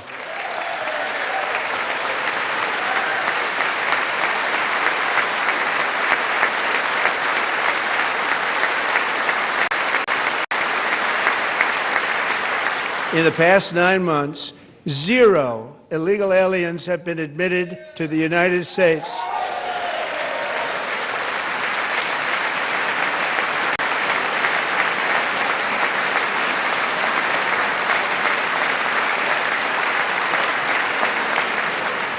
But we will always allow people to come in legally, people that will love our country and will work hard to maintain our country.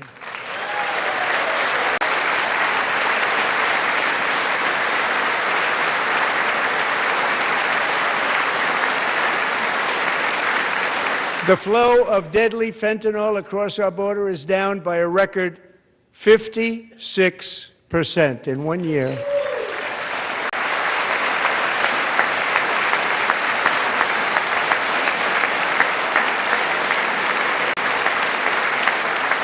And last year, the murder rate saw its single largest decline in recorded history. This is the biggest decline, think of it, in recorded history, the lowest number in over 125 years, year 1900. In fact, substantially before my wonderful father, I had a wonderful father, Fred, before he was born, substantially before he was born. That's a long time ago. He wouldn't like me to say that, but that's a long time ago. The Biden administration and its allies in Congress gave us the worst inflation in the history of our country. But in 12 months, my administration has driven core inflation down to the lowest level in more than 5 years. And in the last 3 months of 2025, it was down to 1.7%.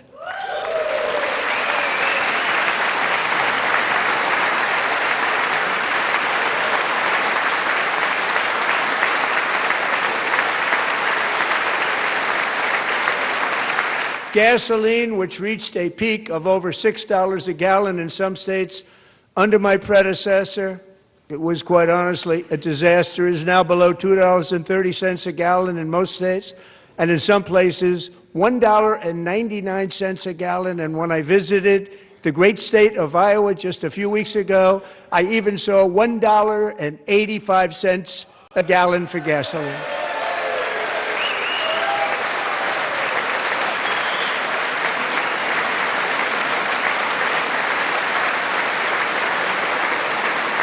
Mortgage rates are the lowest in 4 years and falling fast, and the annual cost of a typical new mortgage is down almost $5,000 just since I took office. 1 year.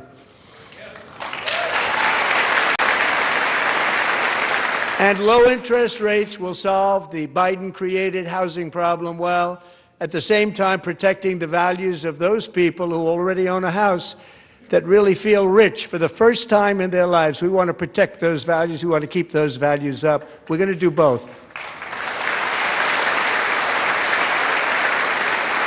And we are going to keep it that way. The stock market has set 53 all-time record highs since the election. Think of that, 1 year. Boosting pensions, 401ks, and retirement accounts for the millions and millions of Americans. They're all gaining. Everybody's up, way up. In 4 long years, the last administration got less than $1 trillion in new investment in the United States. And when I say less, substantially less. In 12 months, I secured commitments for more than $18 trillion pouring in from all over the globe.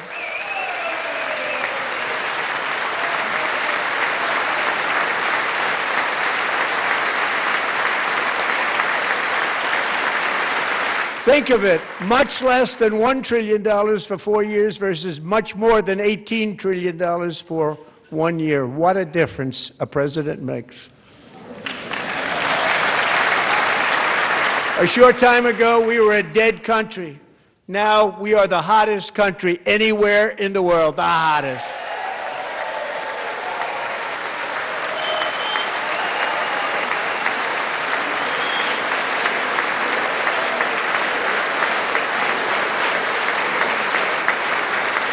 As thousands of new businesses are forming in factories, plants, and laboratories are being built, we have added 70,000 new construction jobs in just a very short period of time. It's getting bigger and bigger and stronger.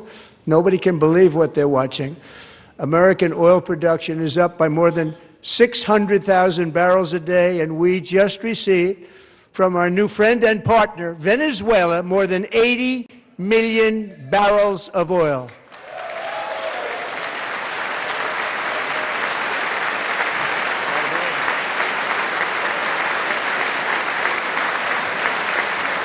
American natural gas production is at an all-time high because I kept my promise to drill, baby, drill.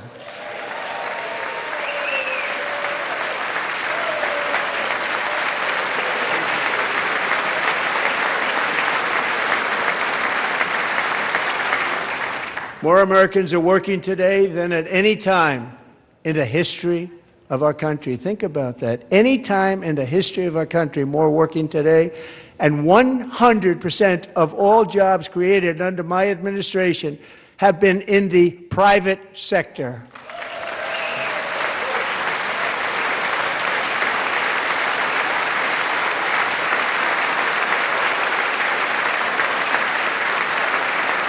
We ended DEI in America.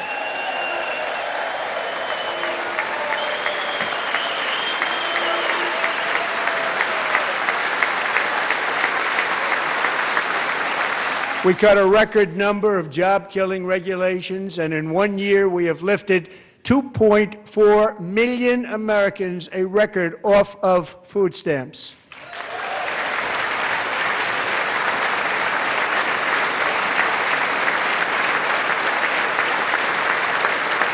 And for all of these reasons, I say tonight, members of Congress, the state of our union is strong.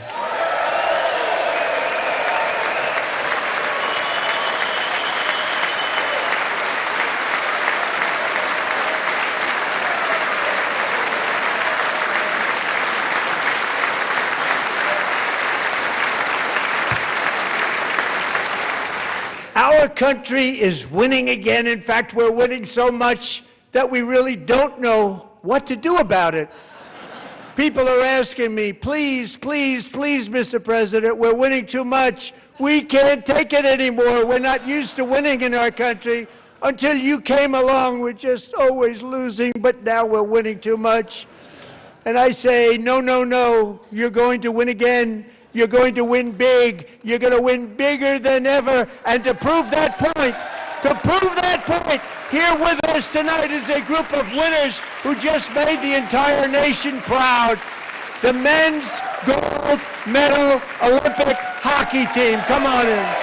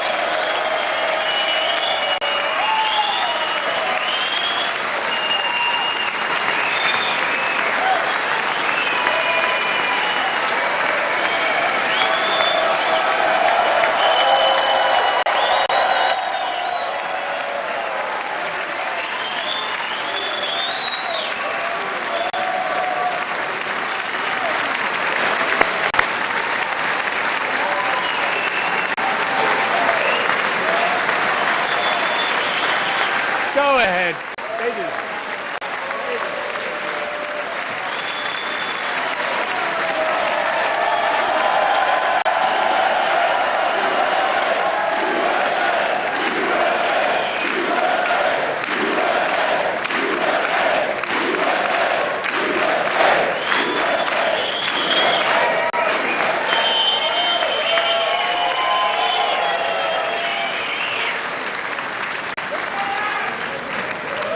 That's the first time I've ever seen them get up.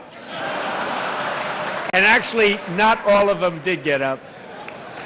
But they beat a fantastic Canadian team in overtime, as everybody saw, as did the American women who will soon be coming to the White House.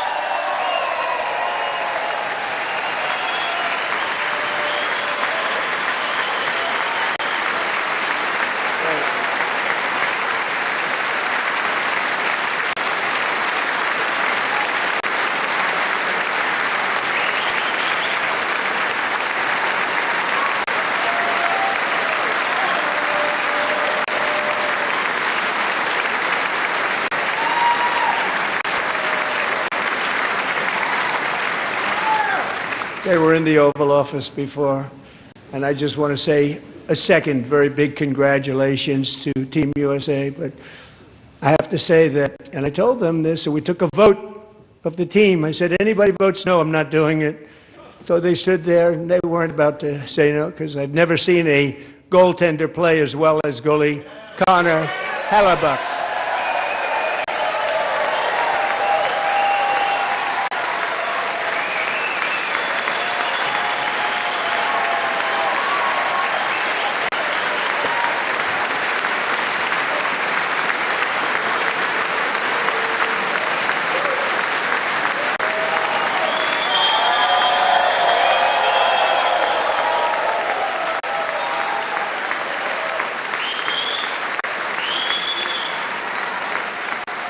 Think of it, 46 shots on goal, and I asked him, the one shot, the one where you put your stick in the back and it hit the neck of your stick and bounced off, you practiced that, or was that a little lucky? He refused to answer that question.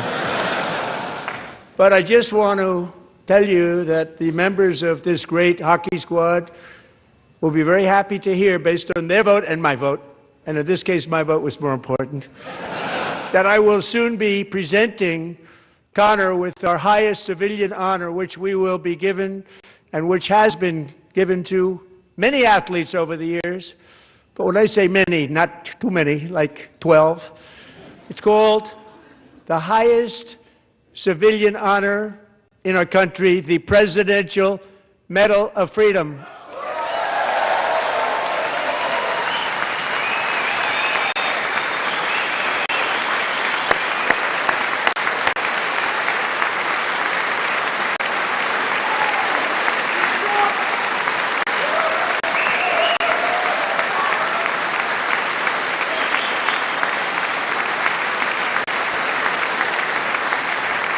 Great athletes have gotten that, very great, the best, and I thought he deserved it. And I did take a vote, every single one of them. I said, I'm not giving it if anybody goes no, and every single one of them rapidly put up their hand. So I want to thank you. What a special job you did. What special champions you are. Thank you very much.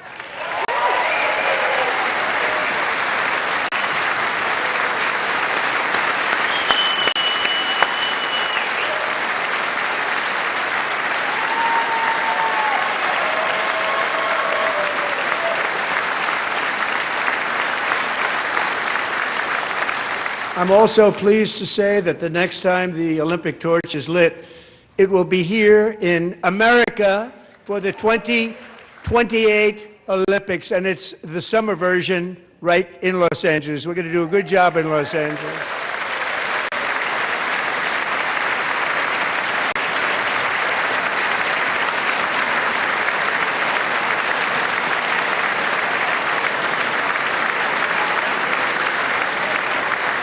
And Los Angeles is going to be safe, just like Washington, D.C. is now one of the safest cities in the country.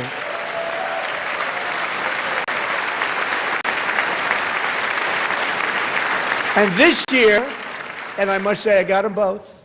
I got them in my first term, and I was disappointed because I didn't think I'd be the president when this happened. But strange things took place. And now I've got them because I got the Olympics and I got the 2026 FIFA World Cup, and I wanted to claim the 250th, but I didn't get away with that one. I couldn't claim that one for myself. But we're getting the World Cup, so we have the World Cup and the Olympics coming, and that is exciting news.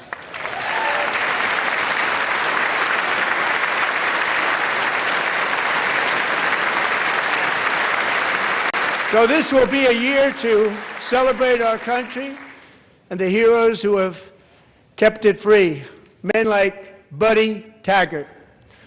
At age 17, Buddy volunteered to defend America in World War II, serving in the Pacific under the great General Douglas MacArthur. He fought bravely in the famous Battle of Manila, worked so hard. He was badly wounded and almost killed by enemy machine guns in Luzon. And 81 years ago this month, he liberated the largest internment camp in the Philippines, one of the largest anywhere in the world. Buddy earned many honors, including a Purple Heart and a Bronze Star, came home, started a family, and tonight he is in the gallery looking forward to July 4th, 2026, his 100th birthday.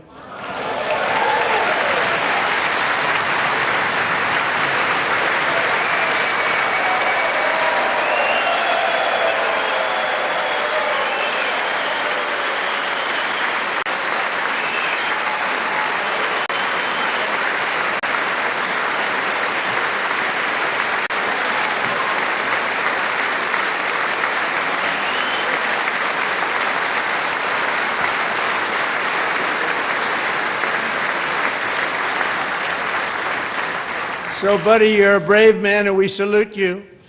Even in times of challenge, setback, and immense heartache, the spirit of 1776 has always shone through very brightly.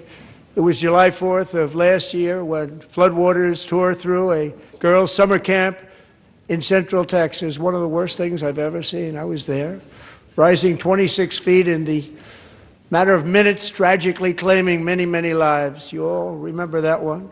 As the waters threatened to sweep her away, 11-year-old Millie Kate McClelland closed her eyes and prayed to God. She thought she was going to die. Those prayers were answered when Coast Guard rescue swimmer Scott Ruskin descended from a helicopter above. Nobody knew where he came from. It was Scott's first ever rescue mission, a young guy, but very brave, very, very top, always top in his class, and he lifted not just Millie Kate, but 164 others to safety.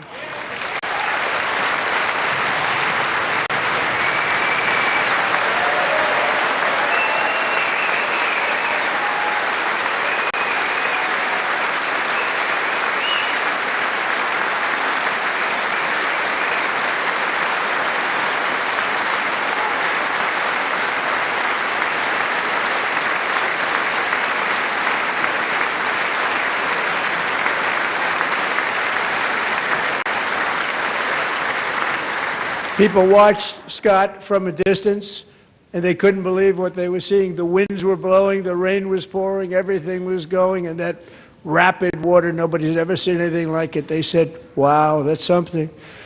Tonight, Scott and Millie Kate are here together, reunited for the very first time. Thank you, Scott, Millie Kate.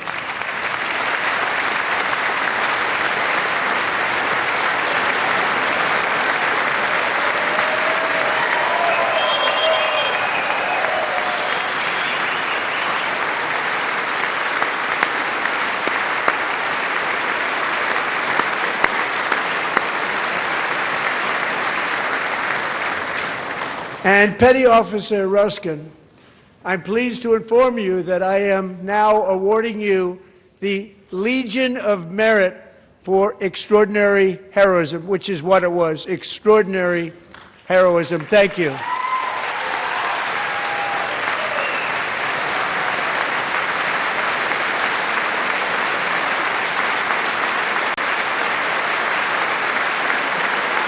And I'd like to have the military aide to please come down and take care of the service. Military aide, thank you very much. Take care of that very important service. Thank you very much. From 1776 to today, every generation of Americans has stepped forward to defend life, liberty, and the pursuit of happiness. And they're really doing it for the next generation. But now it's our turn. Together we're building a nation where every child has the chance to reach higher and go further, where government answers to the people, not the powerful, and where the interests of hardworking American citizens are always our first and ultimate concern. That is the debt we owe to the heroes who came before us, and that is the promise we must keep to America for our 250th year. Last year, I urged this Congress to begin the mission by passing the largest tax cuts in American history, and our Republican majorities delivered so beautifully. Thank you, Republicans.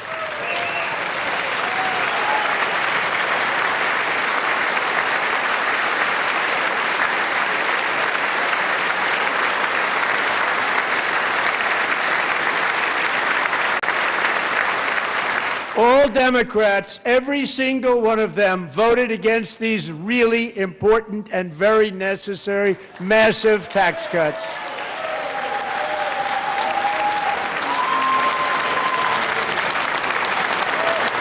They wanted large-scale tax increases to hurt the people instead. But we held strong, and with the great, big, beautiful bill, we gave you no tax on tips, no tax on overtime, and no tax on Social Security for our great seniors.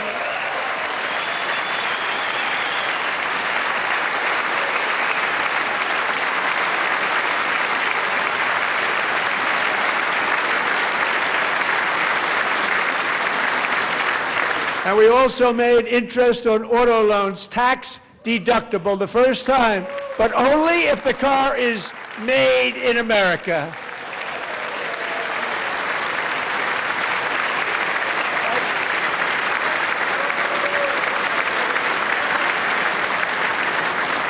Recently in Pennsylvania, I met Megan Hemhauser, a devoted mom who's homeschools her children, beautiful, 2 children, during the day while waiting tables at night as her husband works overtime operating very heavy equipment. Megan is here this evening, and she's happy to tell you that she is so much richer because with no tax on tips, no tax on overtime, and our expanded child tax credit done again by Republicans, Megan and her husband will take home more than $5,000 extra just for the year, cutting her tax bill in more than half.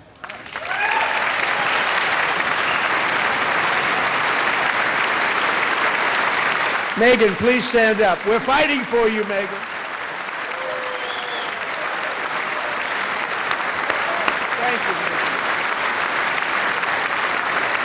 Thank you, Megan. Thank you, Megan.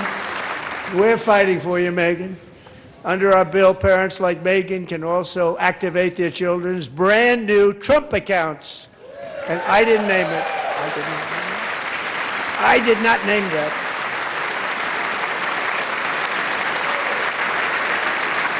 Nobody believes me, but I did not name it. It was named by a very tall man sitting right there in the third row. Nice man, a good man. Tax-free investment accounts for every American child. This is something that's so special and has taken off and gone through the roof. Millions will be pre-funded courtesy of the U.S. Treasury and private individuals like Michael and Susan Dell, who have donated $6.25 billion to fund the Trump accounts for 25 million American children. They're great people.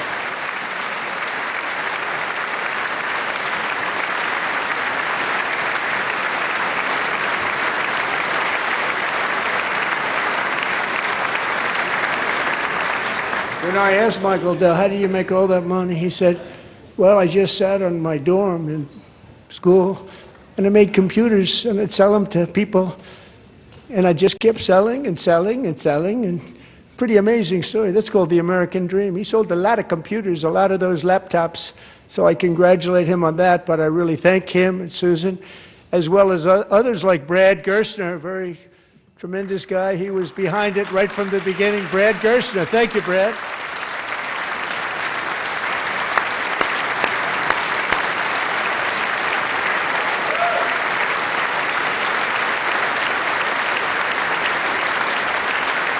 So with modest additional contributions, these young people's accounts could grow to over $100,000 or more by the time they turn 18. Think of it, how much money is that for somebody that started with nothing? Over 100,000, could be much more than that. To make this investment in our children's future, go to trumpaccounts.gov, trumpaccounts.gov. And a lot of people are doing it. It's setting every record in the book. It's popular. They knew what it was going to take. I'm so proud of them. I'm so proud of the people that got it started. And now it's just taken off. One of the primary reasons for our country's stunning economic turnaround, the biggest in history, where the Dow Jones broke 50,000 4 years ahead of schedule, and the S&P hit 7,000, where it wasn't supposed to do it for many years, were tariffs. I used these tariffs, took in hundreds of billions of dollars to make great deals for our country, both economically and on a national security basis. Everything was working well. Countries that were ripping us off for decades are now paying us hundreds of billions of dollars. They were ripping us so badly, you all know that. Everybody knows it. Even the Democrats know it. They just don't want to say it. And yet these countries are now happy, and so are we. We made deals. The deals are all done. And they're happy.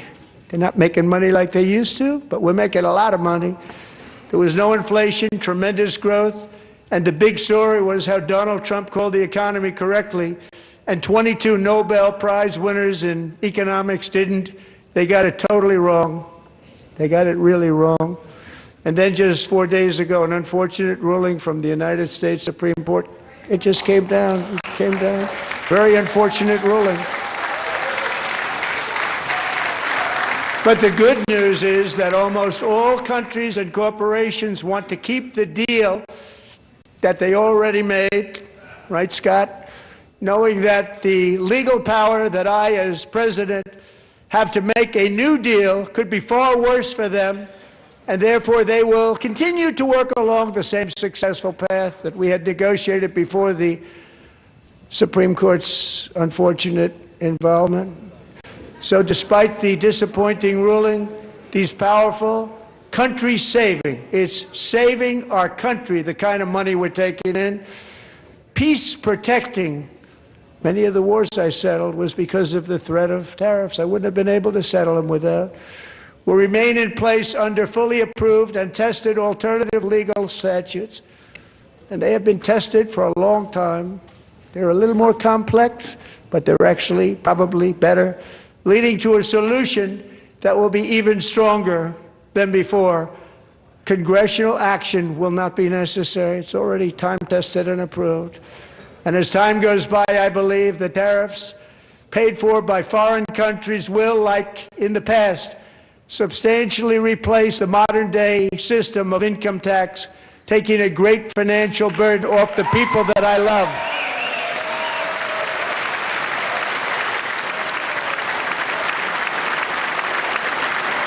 Right?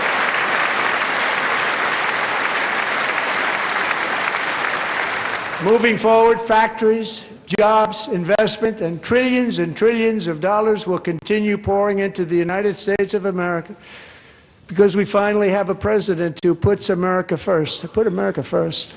I love America.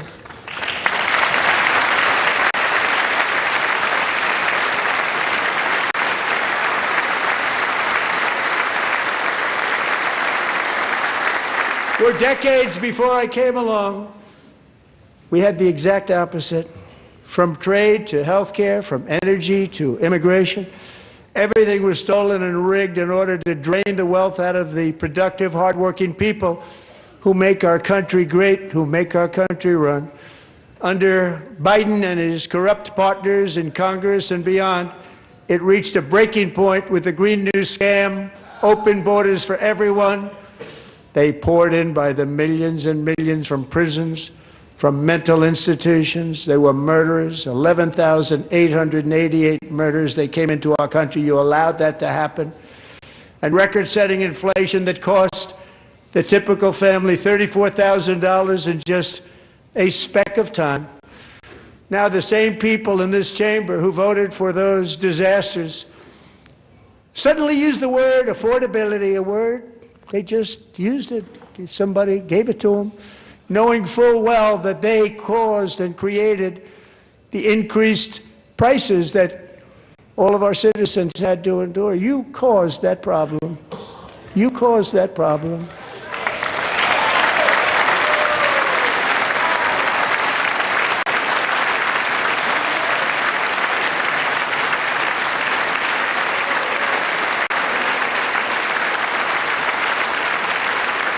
They knew their statements were a lie. They knew it. They knew their statements were a dirty, rotten lie. Their policies created the high prices Our policies are rapidly ending them. We are doing really well. Those prices are plummeting downward.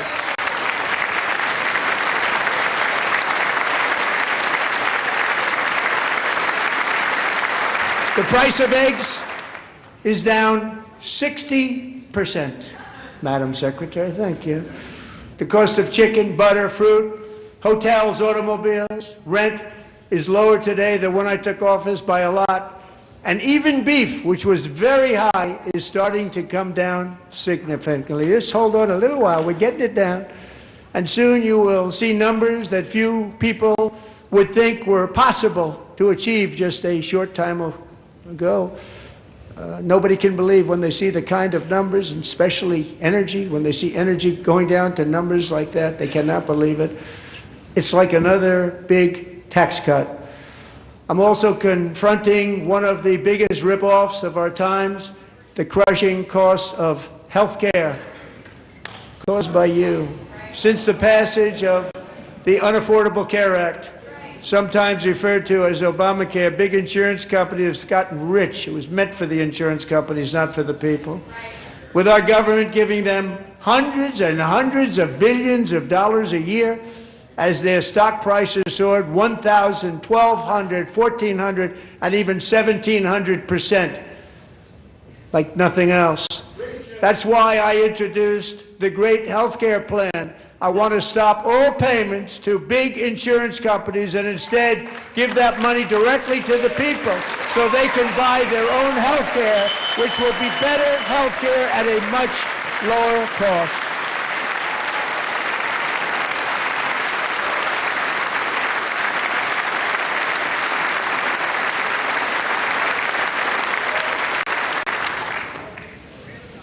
In addition, my plan requires maximum price transparency. That's a big deal.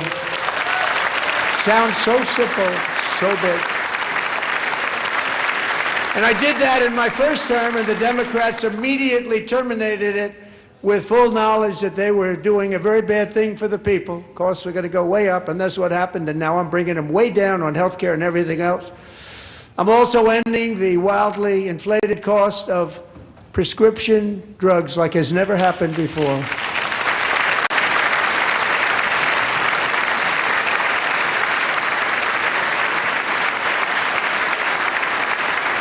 Other presidents tried to do it, but they never could. They tried.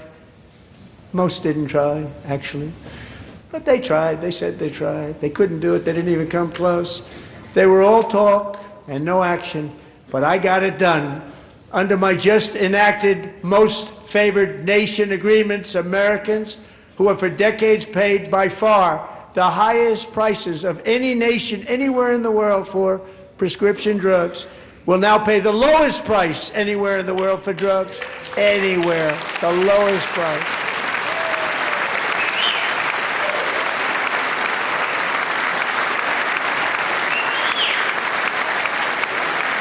So in my first year of the second term, should be my third term, but strange things happen.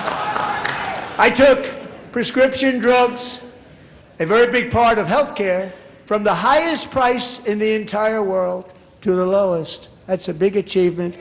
The result is price differences of 300, 400, 500, 600% and more. All available right now at a new website called TrumpRx.gov. And I didn't name that one either, by the way.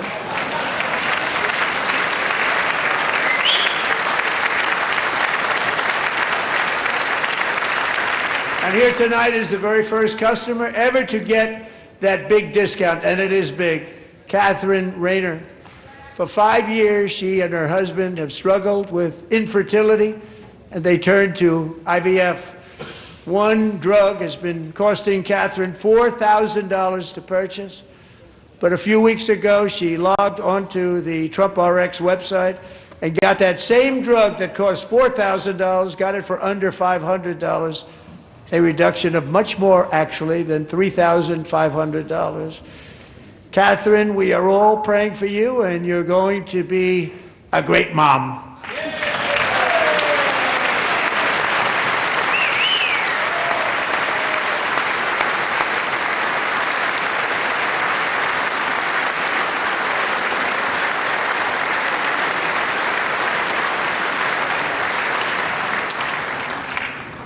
So now I'm calling on Congress to codify my most favored nation program into law. Now, the one thing, I'm not sure it matters because it's going to be very hard for somebody that comes along after me to say, let's raise drug prices by 700 or 800%. But John and Mike, if you don't mind, codify it anyway. They may do it. Codify it anyway. Thank you. Many Americans are also concerned that energy demand from AI data centers could unfairly drive up their electric utility bills. Tonight, I'm pleased to announce that I have negotiated the new Ratepayer Protection Pledge. You know what that is? We're telling the major tech companies that they have the obligation to provide for their own power needs. They can build their own power plants as part of their factory so that no one's prices will go up. And in many cases, prices of electricity will go down for the community and very substantially down. This is a unique strategy never used in this country before. We have an old grid. It could never handle the kind of numbers, the amount of electricity that's needed. So I'm telling them they can build their own plant. They're going to produce their own electricity. It will ensure the company's ability to get electricity while at the same time lowering prices of electricity for you, and could be very substantial for all of you cities and towns. You're going to see some good things happen over the next number of years. Another pillar of the American dream that has been under attack is home ownership. With us tonight is Rachel Wiggins, a mom of two from Houston.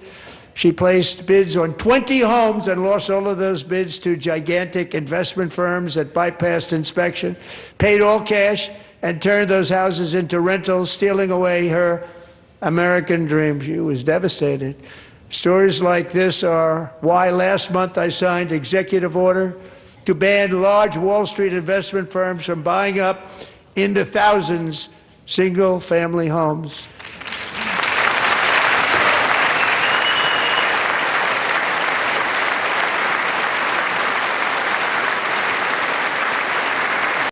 And now I'm asking Congress to make that ban permanent, because homes for people, really, that's what we want. We want homes for people, not for corporations. Corporations are doing just fine. Rachel, thank you very much. Good luck with your home. You'll get one soon.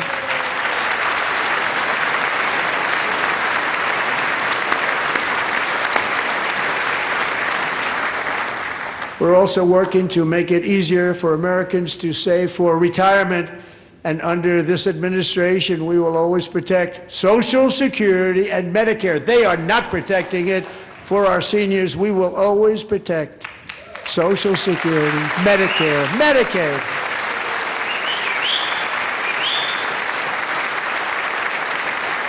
Since I took office, the typical 401k balance is up by at least $30,000. That's a lot of money. We have millions and millions of people, because the stock market has done so well, setting all those records. Your 401ks are way up. Yet half of all of working Americans still do not have access to a retirement plan with matching contributions from an employer. To remedy this gross disparity, I'm announcing that next year my administration will give these often forgotten American workers, great people, the people that built our country, access to the same type of retirement plan offered to every federal worker. We will match your contribution with up to $1,000 each year. As we ensure that all Americans can profit from a rising stock market, let's also ensure that members of Congress cannot corruptly profit from using insider information.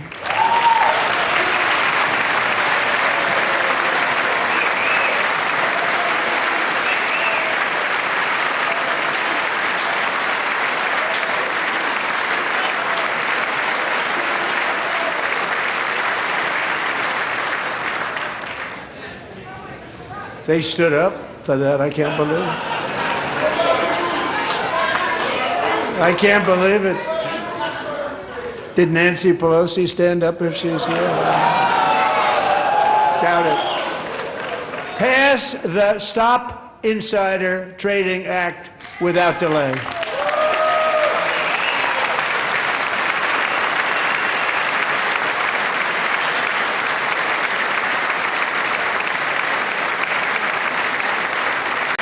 I wasn't sure if anybody even on this side was going to applaud for that. I'm very impressed. Thank you. I'm very impressed. But when it comes to the corruption that is plundering, it's plundering America. There's been no more stunning example than Minnesota, where members of the Somali community have pillaged an estimated $19 billion from the American taxpayer. Oh, we have all the information. And in actuality, the number is much higher than that. And California, Massachusetts, Maine, and many other states are even worse. This is the kind of corruption that shreds the fabric of a nation, and we are working on it like you wouldn't believe. So tonight, although it started 4 months ago, I am officially announcing the war on fraud to be led by our great Vice President J.D. Vance.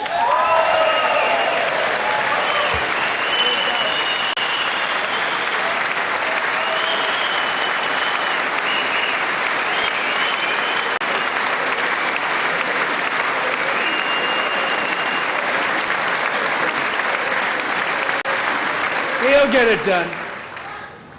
And if we're able to find enough of that fraud, we will actually have a balanced budget overnight. It'll go very quickly. That's the kind of money you're talking about. We'll balance our budget. The Somali pirates who ransacked Minnesota remind us that there are large parts of the world where bribery, corruption, and lawlessness are the norm, not the exception. Importing these cultures through unrestricted immigration and open borders brings those problems right here to the USA. And it is the American people who pay the price in higher medical bills, car insurance rates, rent, taxes, and perhaps most importantly, crime. We will take care of this problem. We're going to take care of this problem. We are not playing games. Delilah.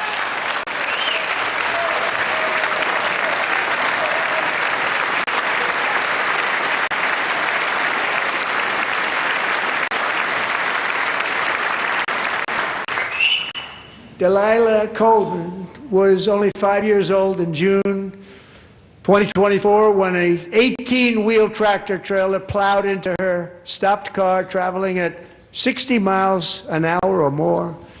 The driver was an illegal alien let in by Joe Biden and given a commercial driver's license by open borders politicians in California. Doctors said Delilah would never be able to walk or talk, have a good life. She wouldn't even be able to eat again.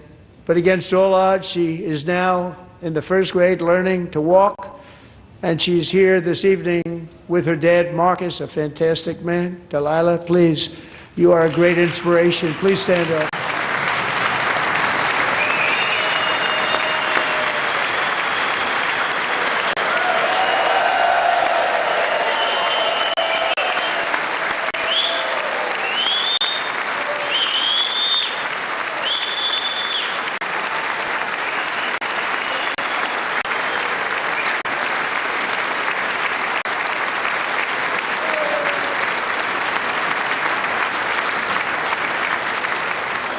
Thank you, Delilah. Many, if not most, illegal aliens do not speak English and cannot read even the most basic road signs as to direction, speed, danger, or location. That's why tonight I'm calling on Congress to pass what we will call the Delilah Law, barring any state from granting commercial driver's licenses to illegal aliens.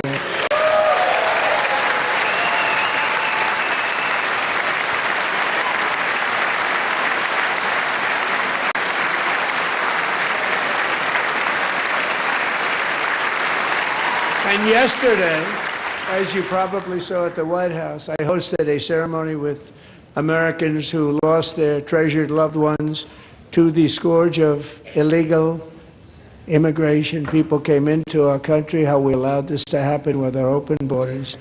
These are the angel moms and families that for decades our government betrayed and our media totally ignored. To believe, actually. In 2023, a 16-year-old high school cheerleader named Elizabeth Medina was supposed to perform in her town's Christmas parade, but she never arrived. Her mother, Jacqueline, went home to look for her, and she found her lying dead in a bathtub bleeding profusely after being stabbed 25 times. Lisbeth's killer was a previously arrested illegal alien who had broken in and brutally extinguished the brightest light in her family's life, violently and viciously. Her heartbroken mother is in the gallery to remind everyone in this chamber exactly why we are deporting illegal alien criminals to our country at record numbers, and we're getting them the hell out of here fast. We don't want them.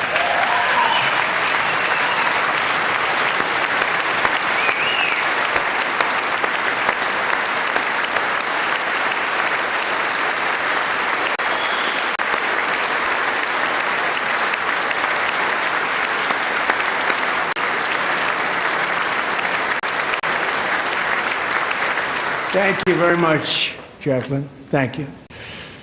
We can never forget that many in this room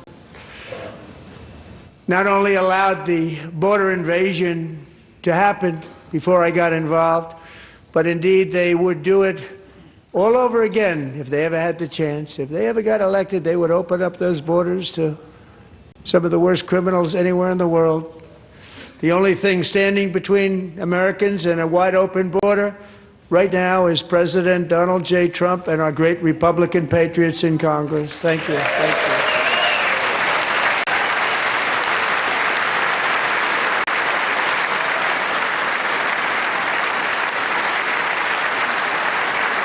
As we speak, Democrats in this chamber have cut off all funding for the Department of Homeland Security. It's all cut off. It's all cut off. They have instituted another Democrat shutdown, the first one costing us 2 points on GDP. 2 points we lost on GDP, which probably made them quite happy, actually. Now they have closed the agency responsible for protecting Americans from terrorists and murderers. Tonight I'm demanding the full and immediate restoration of all funding for the border security, homeland security of the United States, and also for helping people clean up their snow. We have no money because of the Democrats, and it would be nice, we'd love to give you a hand at cleaning it up, but you gave no money. Nobody's getting paid. It's a shame. So you have to think about it. We have, in case you didn't know, a pretty large snowstorm out there. One of the great things about the State of the Union is how it gives Americans the chance to see clearly what their representatives really believe. So tonight I'm inviting every legislator to join with my administration in reaffirming a fundamental principle. If you agree with this statement, then stand up and show your support. The first duty of the American government is to protect American citizens, not illegal aliens.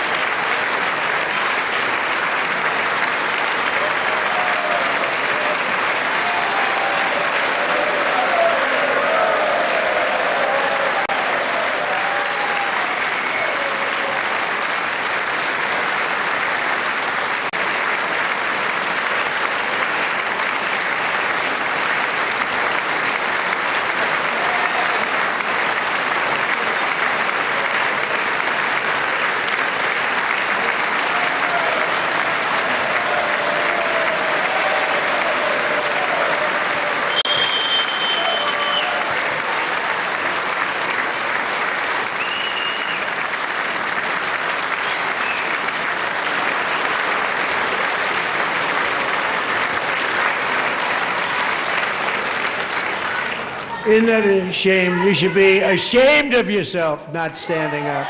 You should be ashamed of yourself. That is why I'm also asking you to end deadly sanctuary cities that protect the criminals and enact serious penalties for public officials who block the removal of criminal aliens. In many cases, drug lords, murderers all over our country, they're blocking the removal of these people out of our country, and you should be ashamed of yourself.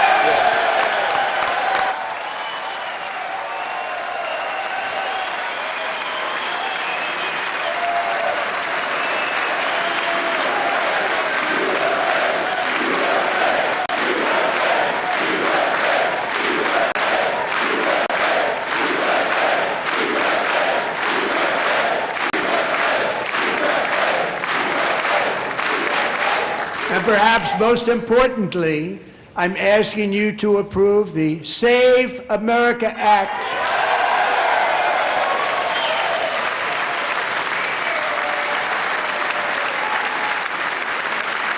To stop illegal aliens and others who are unpermitted persons from voting in our sacred American elections. The cheating is rampant in our elections. It's rampant. It's very simple. All voters must show voter ID.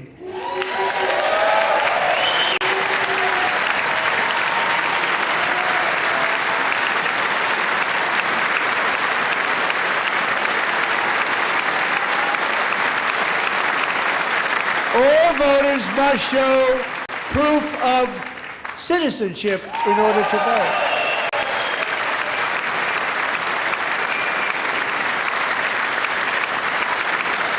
And no more crooked mail-in ballots except for illness, disability, military, or travel.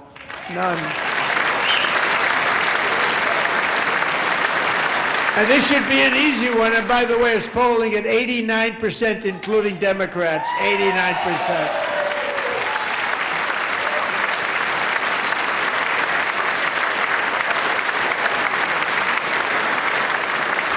And even the new communist mayor of New York City, I think he's a nice guy, actually. Speak to him a lot. Bad policy, but nice guy. Just said they want people to shovel snow. They got hit hard. Wants them to shovel snow, but if you apply for that job, you need to show 2 original forms of ID and a Social Security card. Yet they don't want identification for the greatest privilege of them all, voting in America. No, it's no good. No good. Both Republicans and Democrats overwhelmingly agree on the policy that we just enunciated. And Congress should unite and enact this common sense, country-saving legislation right now, and it should be before anything else happens.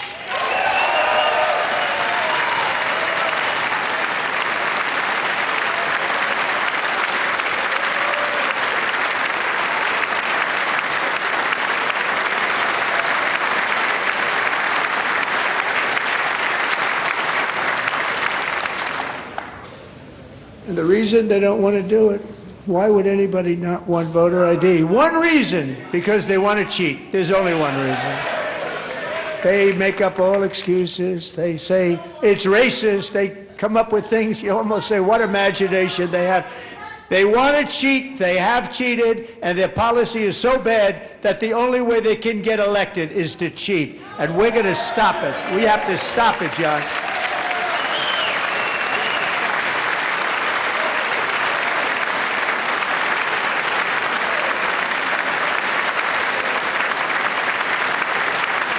And here is one more opportunity to show common sense in government. In the gallery tonight are Sage Blair and her mother, Michelle. In 2021, Sage was 14 when school officials in Virginia sought to socially transition her to a new gender, treating her as a boy and hiding it from her parents. Hard to believe, isn't it? Before long, a confused Sage ran away from home after she was found in a horrific situation in Maryland A left-wing judge refused to return Sage to her parents because they did not immediately state that their daughter was their son. Sage was thrown into an all-boys state home and suffered terribly for a long time. But today, all of that is behind them because Sage is a proud and wonderful young woman with a full-ride scholarship to Liberty University. Sage and Michelle, please stand up.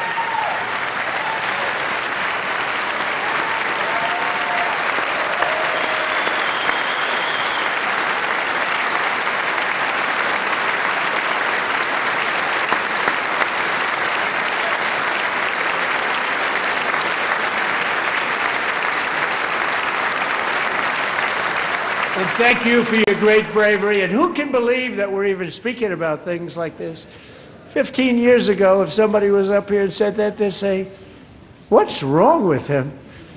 But now we have to say it because it's going on all over numerous states without even telling the parents. But surely we can all agree no state can be allowed to rip children from their parents' arms and transition them to a new gender against the parents' will. Who would believe that we're even talking about this? We must ban it, and we must ban it immediately.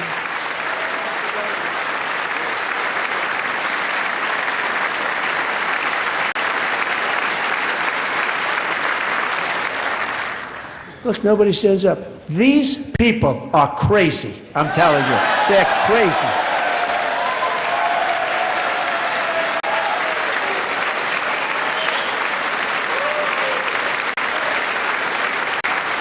Amazing. Gentlemen. Boy, oh boy. We're lucky we have a country. With people like this, Democrats are destroying our country, but we've stopped it just in the nick of time, didn't we? Huh?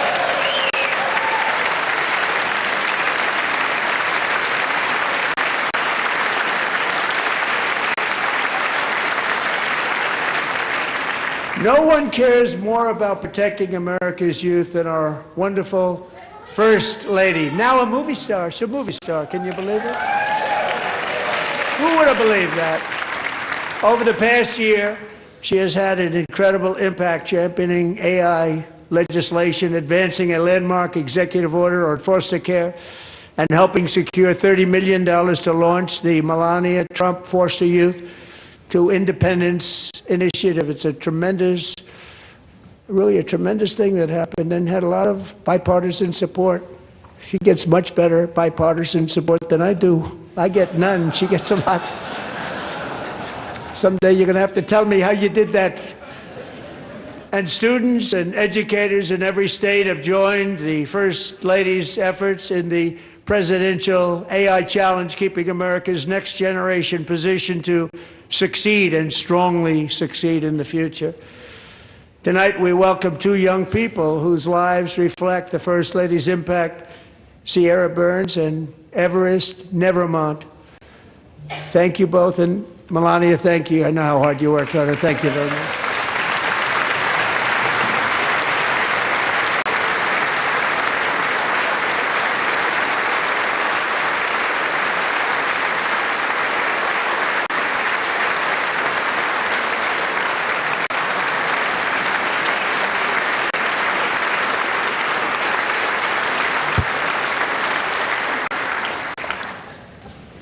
I'm very proud to say that during my time in office, both the first 4 years and in particular this last year, there has been a tremendous renewal in religion, faith, Christianity, and belief in God. Tremendous renewal.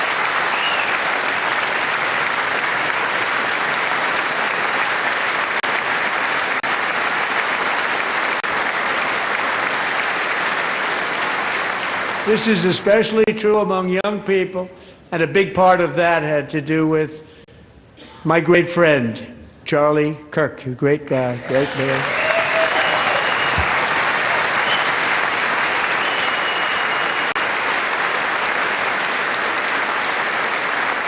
So last year, Charlie was violently murdered by an assassin and martyred, really martyred for his beliefs.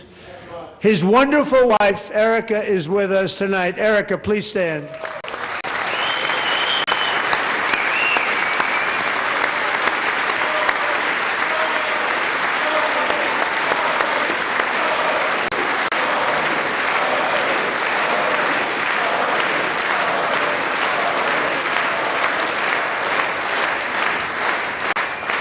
Thank you, Erica. Been through a lot. In Charlie's memory, we must all come together to reaffirm that America is one nation under God, and we must totally reject political violence of any kind.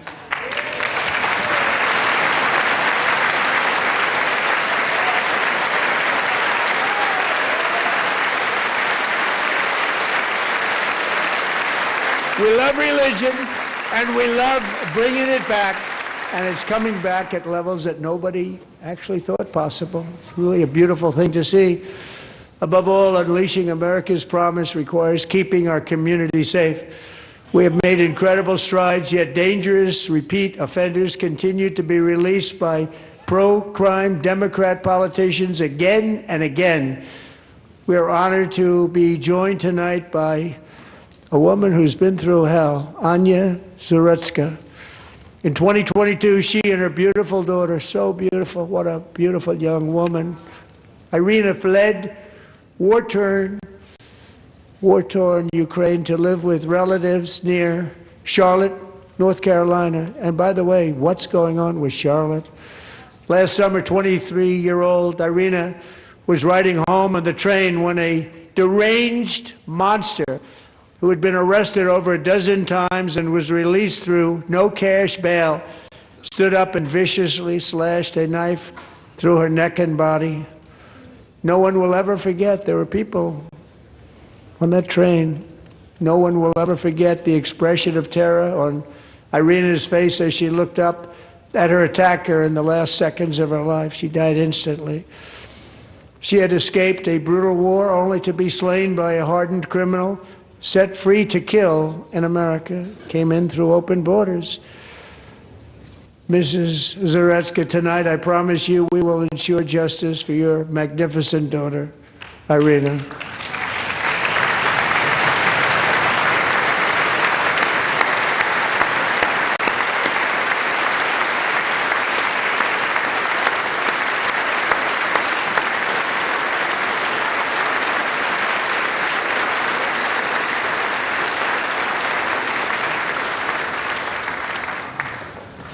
How do you not stand? How do you not stand? I'm asking this Congress to pass tough legislation to ensure that violent and dangerous repeat offenders are put behind bars, and importantly, that they stay there.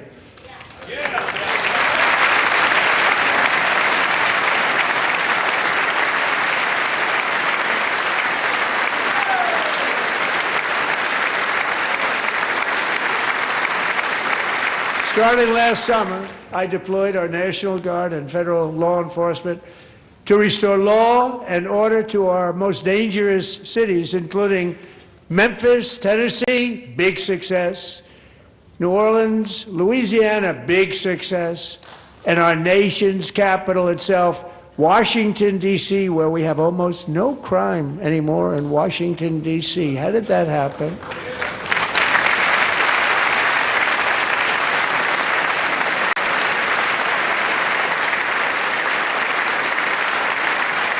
In fact, crime in Washington is now at the lowest level ever recorded, and murders in D.C. this January were down close to 100% from a year ago.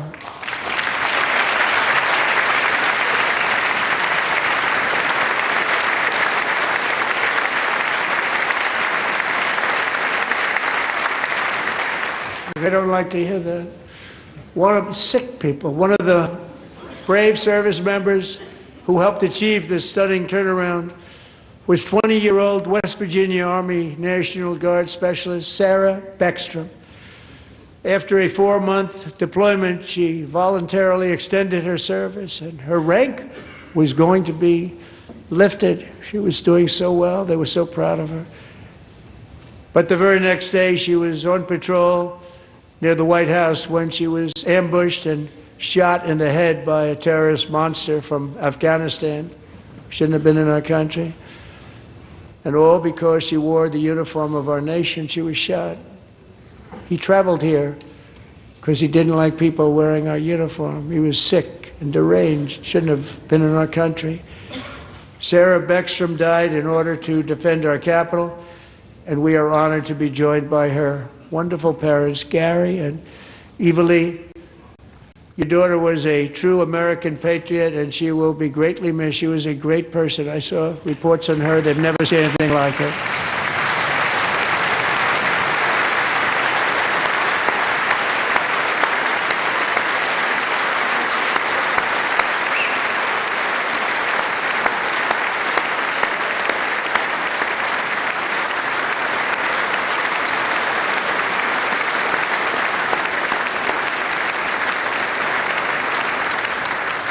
So sorry. Thank you very much. She's a great young lady. I saw reports that were like, perfect. She was perfect. Serving alongside Sarah that day was Staff Sergeant Andrew Wolf. The terrorist shot Andrew in the head, and no one thought he could possibly make it. The two of them, Sarah and Andrew, both shot violently in the head. Neither was expected to make it. They weren't even given a chance, except his wonderful mother, named Melody, who I spoke to the same night, and she was so positive. The doctors thought that Andrew was gone, but his mother said, no, Mr. President, Andrew will be fine. He's going to make it. I've never seen anything like it. I mean, he was given almost no chance. She said, I have no doubt, sir, he's going to be okay. This was a conversation that I had with her that night, with her son laying helplessly in bed, blood all over. Everybody is praying, she said, sir, he will be okay. The doctors didn't understand what she was saying, and after looking at the results of the damage done, neither did I. She was so strong and conclusive that even Andrew's great father felt she didn't really understand the gravity of the situation. But she turned out to be right. Right, Melody? She turned out to be right.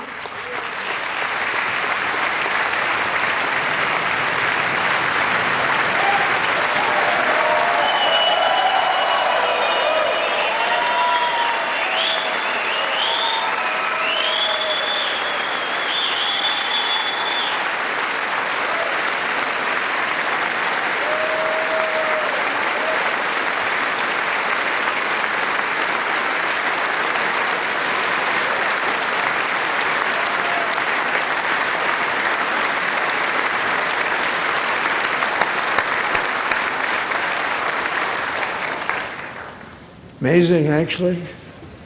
I said, where does this woman come from? She's the most positive person I've ever met.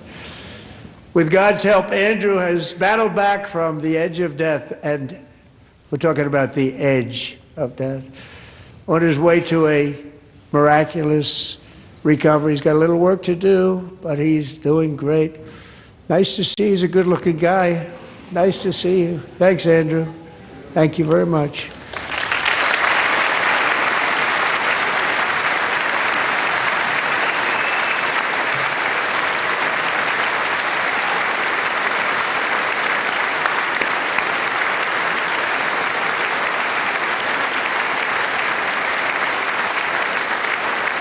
So, Andrew, while you're up, now I'm going to ask a highly respected General James Seward to present Staff Sergeant Andrew Wolf and the great family of Sarah Beckstrom with the award created by our late, great President George Washington himself. It's called the Purple Heart.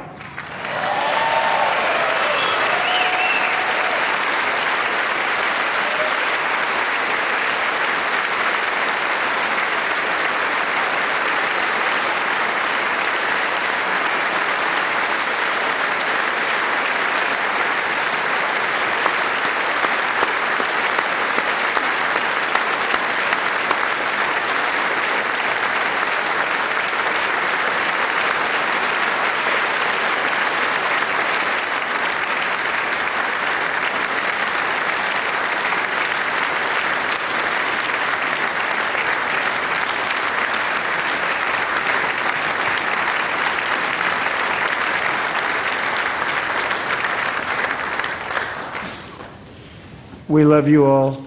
Love you. We're proudly restoring safety for Americans at home, and we are also restoring security for Americans abroad. Our country has never been stronger. In my first 10 months, I ended 8 wars, including Cambodia. Isn't it funny? They're sick people. Cambodia and Thailand, Pakistan and India. Would have been a nuclear war. 35 million people said the Prime Minister of Pakistan would have died if it were not for my involvement. Kosovo and Serbia, Israel and Iran, Egypt and Ethiopia, Armenia and Azerbaijan, the Congo and Rwanda, and of course the war in Gaza, which proceeds at a very low level. It's just about there. And I want to thank Steve Witkoff and Jared Kushner for your help. Thank you, Steve. Thank you, Jared.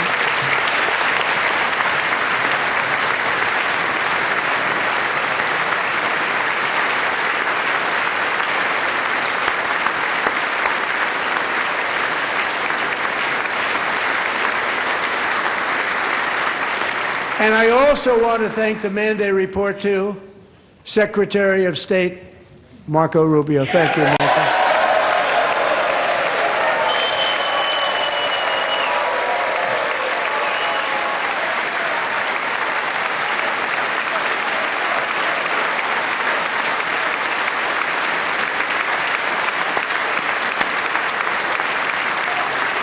People don't like you. You know, Marco got 100% of the votes when he was in confirmation. I think our next one was about 54%. And some of the Democrats are now saying, I can't believe we approved that guy.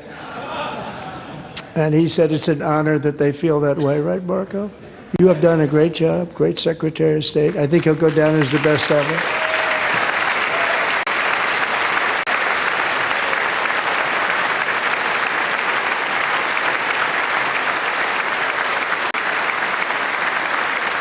Under the ceasefire I negotiated, every single hostage, both living and dead, has been returned home. Can you believe that?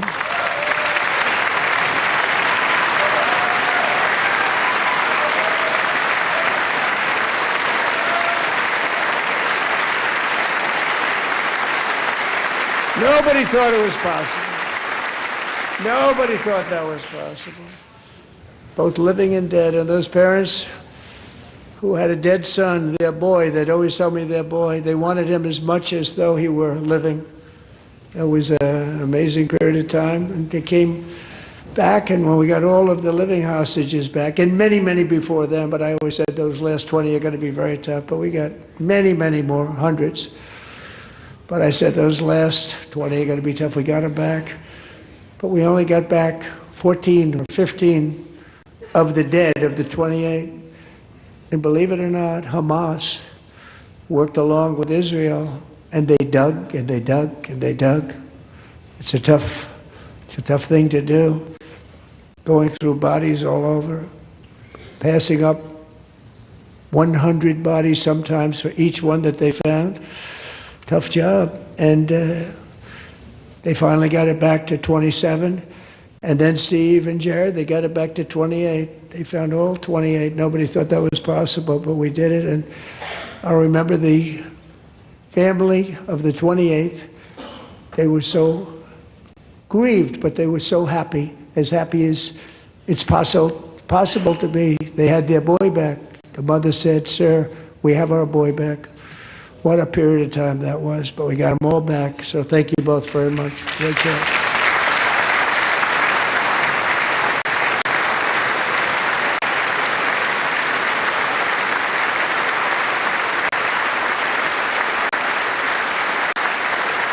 And we're working very hard to end the 9th war, the killing and slaughter between Russia and Ukraine, where 25,000 soldiers are dying each and every month. Think of that, 25,000 soldiers are dying a month. A war which would have never happened if I were president, would have never happened. As president, I will make peace wherever I can, but I will never hesitate to confront threats to America wherever we must. That's why in a breakthrough operation last June, the United States military obliterated Iran's nuclear weapons program with an attack on Iranian soil known as Operation Midnight Hammer.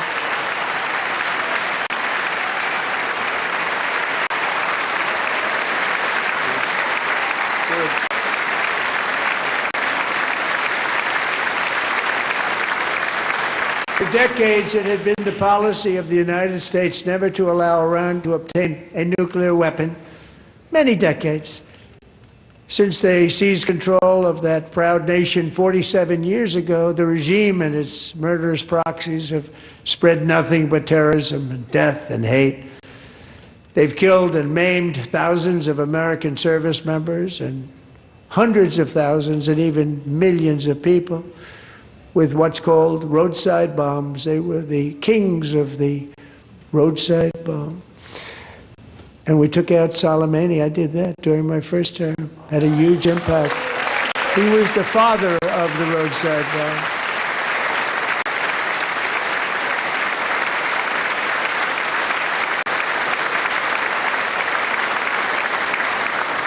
And just over the last couple of months with the protests, they've killed at least, it looks like, 32,000 protesters. 32,000 protesters in their own country. They shot them and hung them. We stopped them from hanging a lot of them with the threat of serious violence. But this is some terrible people. They've already developed missiles that can threaten Europe and our bases overseas, and they're working to build missiles that will soon reach the United States of America. After Midnight Hammer, they were warned to make no future attempts to rebuild their weapons program, and in particular, nuclear weapons. Yet they continue, starting it all over. We wiped it out, and they want to start all over again, and are at this moment again pursuing their sinister ambitions. We are in negotiations with them. They want to make a deal, but we haven't heard those secret words. We will never have a nuclear weapon.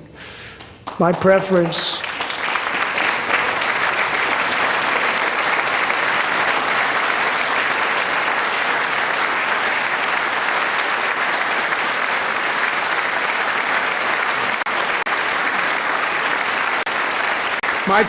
is to solve this problem through diplomacy. But one thing is certain, I will never allow the world's #1 sponsor of terror, which they are by far, to have a nuclear weapon. Can't let that happen.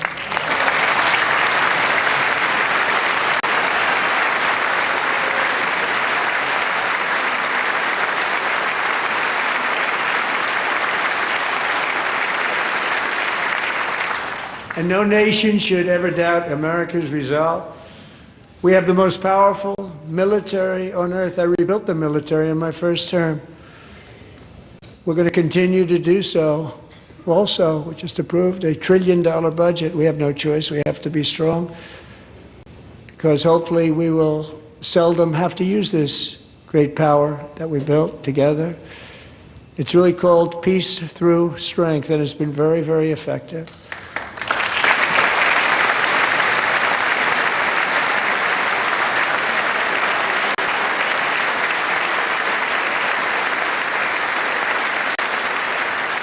So thanks to Republicans in Congress, we're investing that record number of dollars, have no choice, in the United States Armed Forces.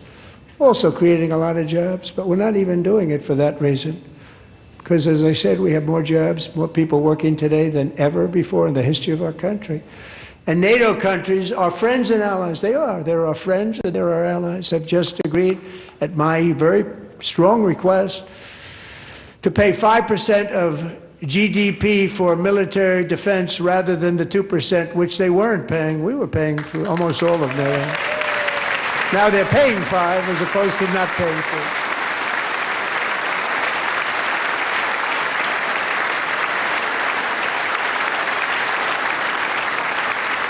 And getting that 5% was something which everyone said would never be done, could not happen. We got it really easily with one meeting. And big difference between 2% that's not paid. We were paying the freight of many of them. Very few were paid up. Now 5%, then they're paid. And everything we send over to Ukraine is sent through NATO, and they pay us in full. They pay us totally in full. Every branch of our armed forces is setting records for recruitment. This is so exciting. And every service member recently.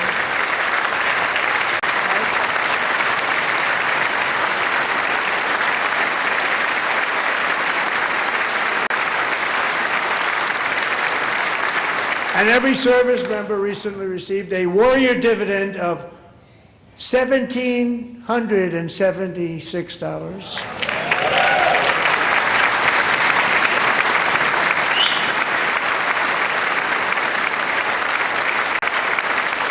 You know, they put it on my desk. We got the money from tariffs and other things, a lot of money we have. We have much more money than people understand. Have to rebuild that program a little bit, but it won't take long. But we got the money, and it was $1,775, and they wanted my approval. And I said, what's the number? $1,775. I said, wait a minute, for $1 more we can have $1,776. It's going to... I said, we're going to figure that. I never asked anybody if we could afford it. $1 more. I said, $1,776. And I said, that's good. And I'll tell you what, our military, that was 4 months ago, our military, I never see a person in the military that doesn't thank me for it, so we're honored to do it. They deserve it. And we call it 1776. It was great. And we love our military. We love our law enforcement. We love our firemen. You know, the firemen don't get mentioned enough. We love our firemen. We're also...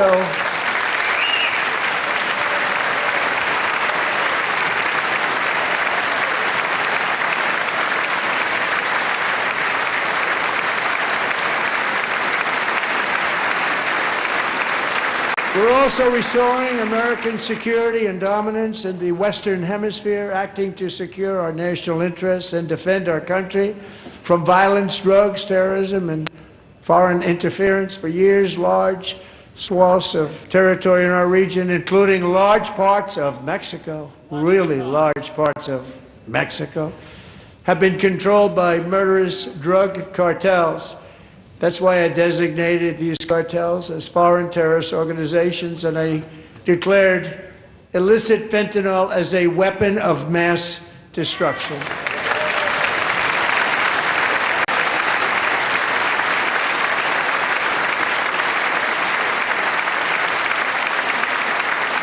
And with our new military campaign, we have stopped record amounts of drugs coming into our country and virtually stopped it completely coming in by water or sea. You probably noticed that. We very seriously damaged their fishing industry also. Nobody wants to go fishing anymore. We've also taken down one of the most sinister cartel kingpins of all. You saw that yesterday. In January,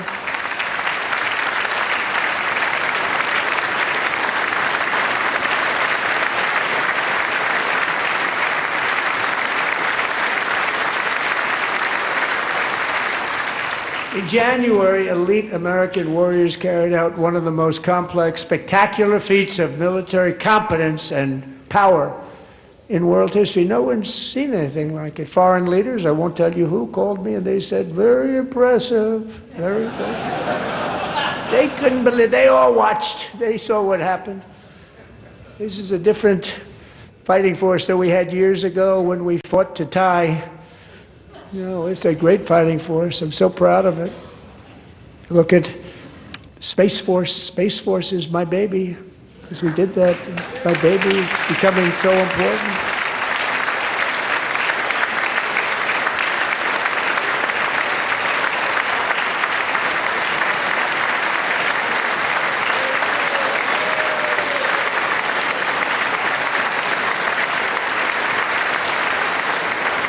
And America's armed forces overwhelmed all defenses and utterly defeated an enemy, good fighters, to end the reign of outlaw dictator Nicolas Maduro and bring him to face American justice.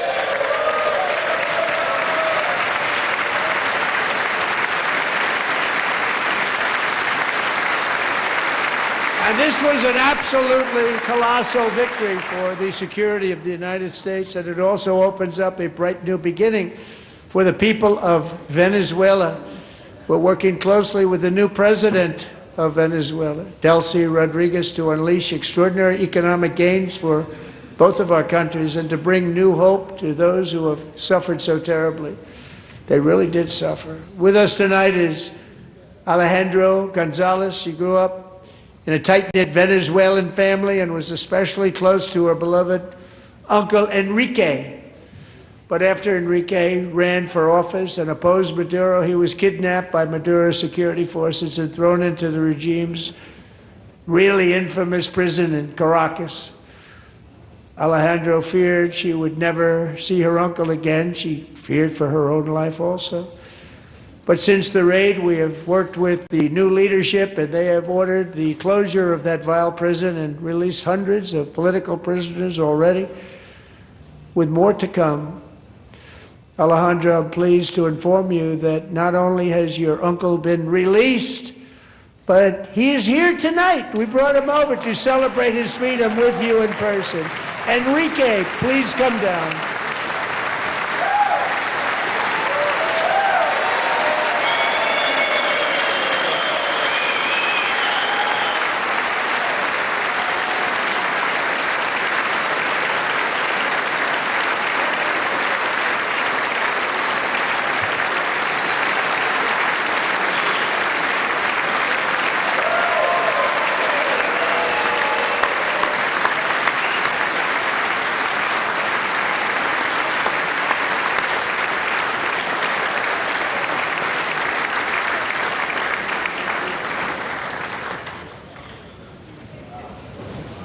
Thank you, Enrique. Have a good time.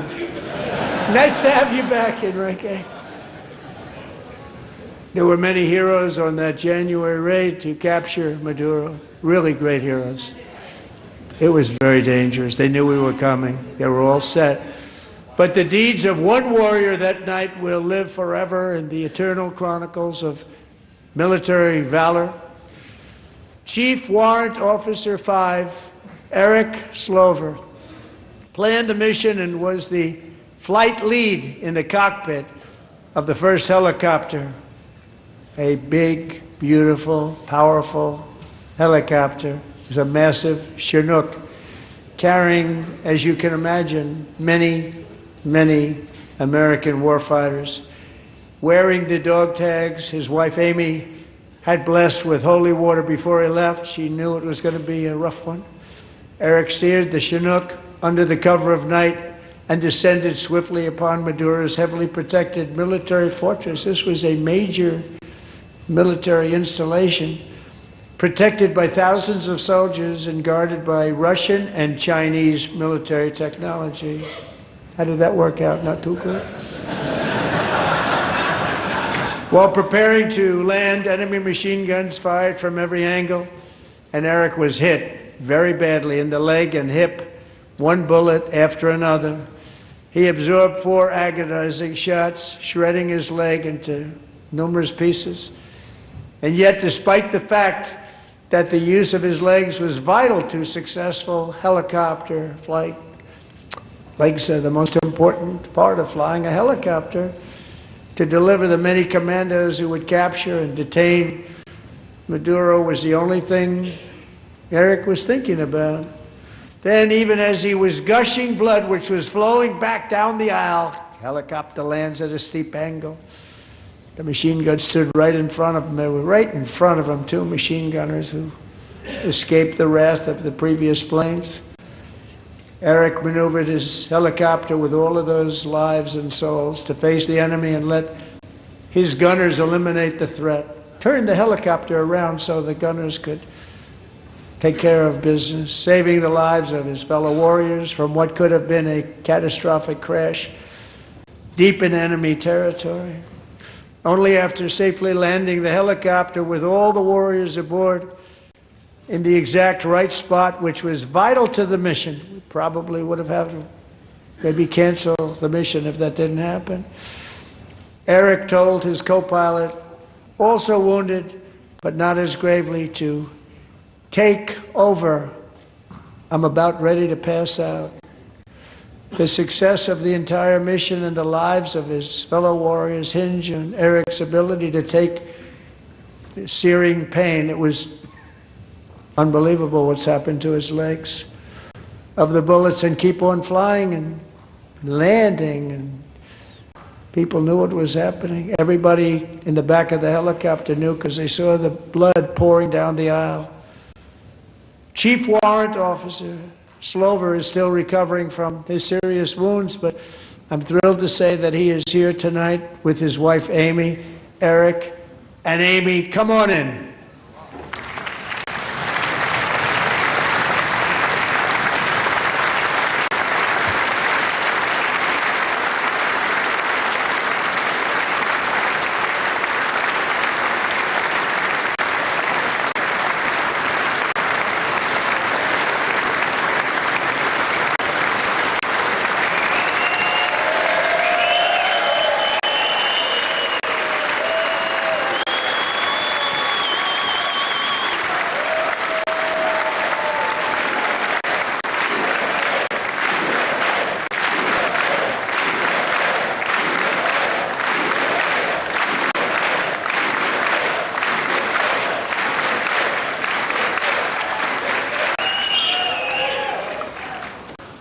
So we have a surprise for Eric and Amy. In recognition of Eric's actions above and beyond the call of duty, I would now like to ask General Jonathan Braga to present Chief Warrant Officer Slover with our nation's highest military award, the Congressional Medal of Honor.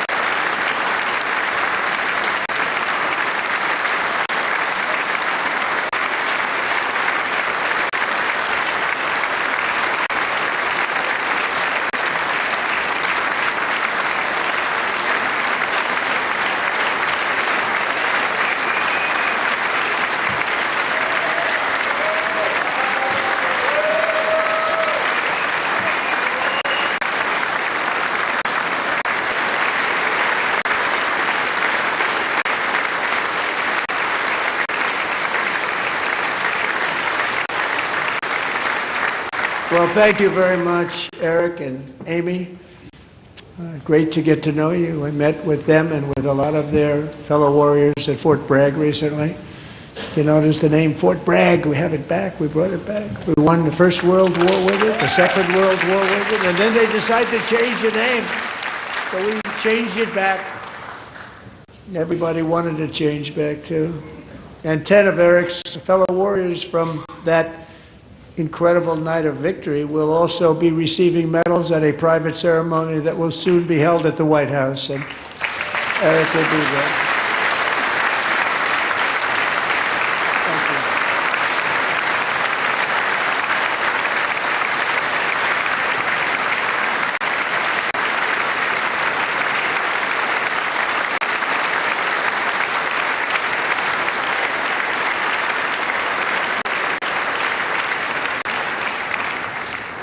Thank you, Eric. That's a big one. Tonight we've celebrated many truly extraordinary American patriots, but there is one last living legend to honor before we go. He is one more heroic American aviator, Navy fighter pilot. Royce Williams served in World War II, Korea, Vietnam, flying more than 220 missions. In the skies over Korea in 1952, Royce was in the dogfight of a lifetime, legendary dogfight. Flying through blizzard conditions, his squadron was ambushed by 7 Soviet fighter planes. It was his first aerial combat of the war, and despite being massively outnumbered and outgunned, Royce led the takedown of 4 enemy jets and almost destroyed the others, vanquishing his adversaries while taking 263 bullets to his own plane and being seriously hurt. His story was secret for over 50 years. He didn't even want to tell his wife, but the legend grew and grew. But tonight, at 100 years old, this brave Navy captain is finally getting the recognition he deserves. He was a legend long before this evening. Royce, please stand up, and I will ask the First Lady of the United States to present Captain Royce Williams with his Congressional Medal of Honor.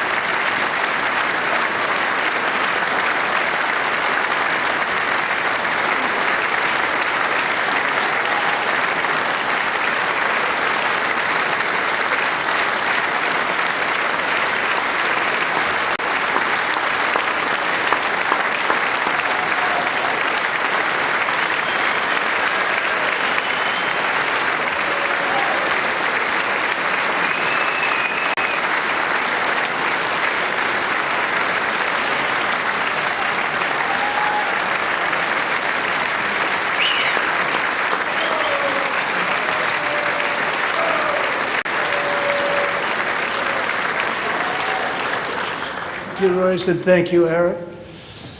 I've always wanted the Congressional Medal of Honor, but I was informed I'm not allowed to give it to myself, and I wouldn't know why I'd be taking it, but if they ever open up that law, I will be there with you someday. But you know, that's our highest honor, Congressional Medal of Honor, and that's a big thing, and it's an honor to be in the same room with you. Thank you both very much, Eric. Thank you.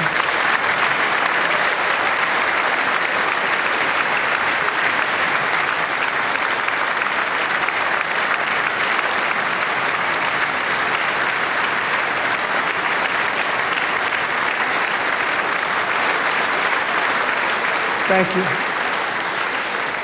250 years is a long time in the life of a nation, but in another sense, it's really a mere moment in the eye of history.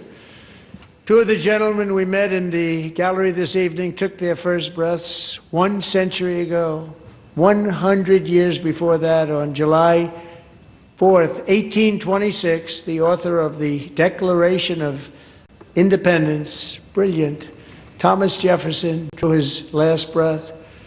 Just a single long human lifespan separates the giants who declared and won our independence from the heroes who stand among us tonight. Everything our nation has done, everything we have achieved, has been the work of those few great lifetimes.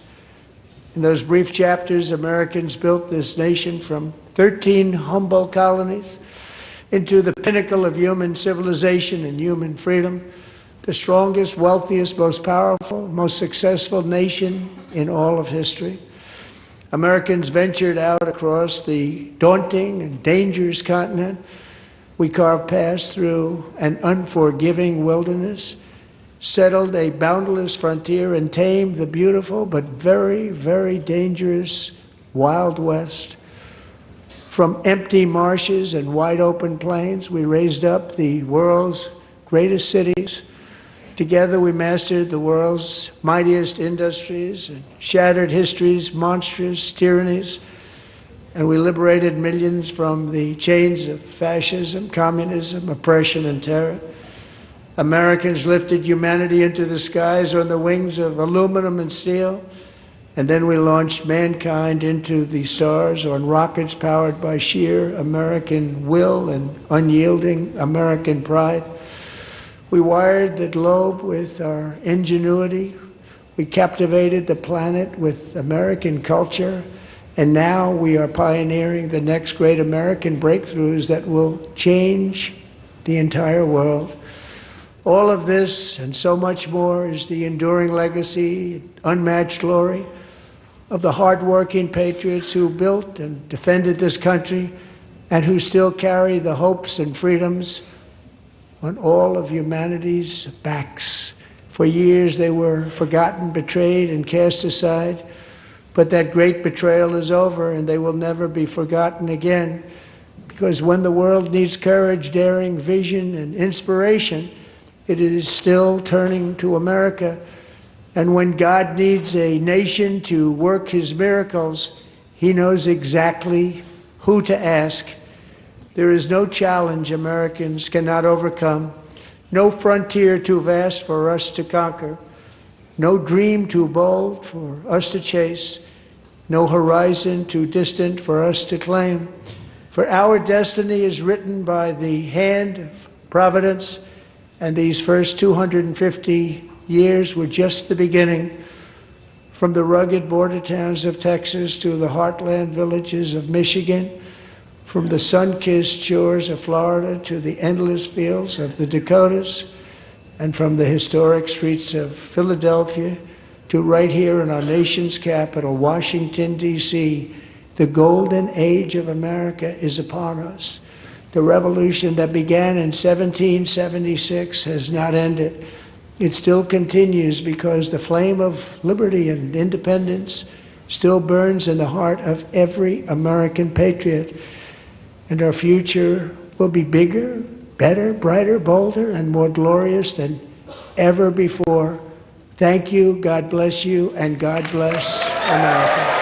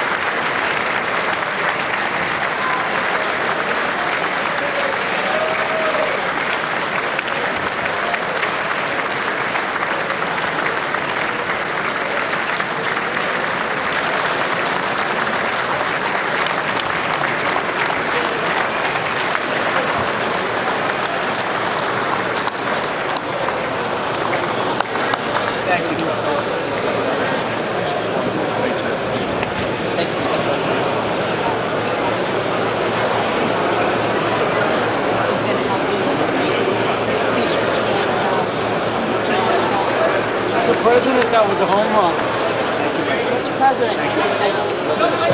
Hey. Okay, you too. All right. You're the best. Good job. Thank you. Thank you. Very well done, sir. We'll see you Friday, Mr. President. Great job. Oh, good. See you. Great job, sir. Thank you. Well done. God bless you. Great job, Mr. President. Good Thank you very much. Excellent speech, Mr. President. I mean, excellent. Absolutely. I'm so Thank you. Mr. President.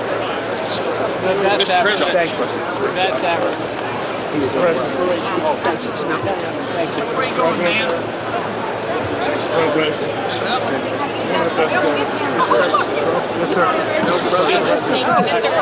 One of the best. I'm so proud of yourself. Thank you for honoring those veterans. Luger. Good. I think you should take the rest of the day off. I think we have to. We're going to have to. Thank you. All right, guys. You killed it. Thank you, Virginia. Best speech with the president. It was amazing. It really was. Home run. Really a grand slam. America loves you. Thank you. It was amazing. America loves you. Oh, look at this guy. I like that tie. I want that tie. Give me that tie. Thank you. Hey, put your initial. Just an initial. Thank you, Bob. I like that tie. amazing. Thank you. Excellent. Thank you, everybody. Mr. President, outstanding speech, sir. Mr. President. Here you will. He's getting them all. He's good. Thanks for mentioning. He did good. They love the insider trading stuff. Great guy. How's he doing? He's a youngster. He fell asleep a couple times. You did amazing. You really did. Great speech. Proud of you. Great job, Mr. President. Thanks for your leadership. Mr. President, well done. God bless you. God bless you, sir. Thank you, fellas. No best speech yet. Fantastic. That's a big statement coming from you guys. Great job. Great job. Yes, sir. Love the finish. Home run here. Great job. Thank you, everybody. Great job. Great speech. Thank you. Thank you, everybody. That was the best speech. Thank you very much. Really, the best ever? That's a nice coming from you. That's a big statement. It's also the longest. Phenomenal. Great job with television. Congratulations, Also the Mr. longest President. Thank you so much. Take care. Thank you very much. Still need to talk to you. Congratulations, Mr. President. Thank you. Mr. President. That's great. Great.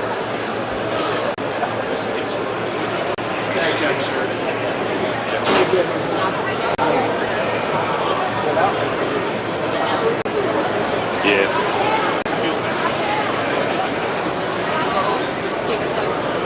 Can we go out?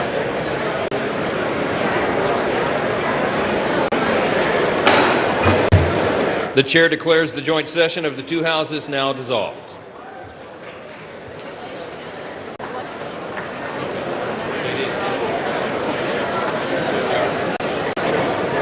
All right, buddy.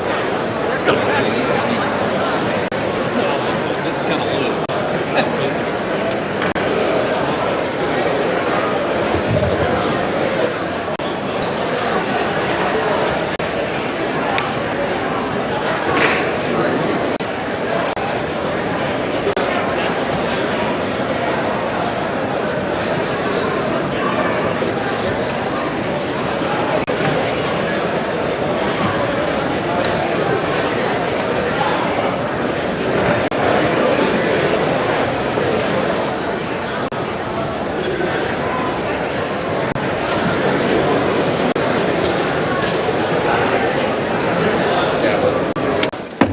The House will come to order. For what purpose does the gentleman from Louisiana seek recognition? Mr. Speaker, I move that the message of the President be referred to the Committee of the Whole on the State of the Union and the Board of Directors. Without objection. Does the gentleman from Louisiana have a motion? Mr. Speaker, I also move that the House stand adjourned. The question is on the motion to adjourn. Those in favor say aye. Those opposed, no. The ayes have it. The motion is agreed to. Accordingly, the House stands adjourned until 9 a.m. tomorrow.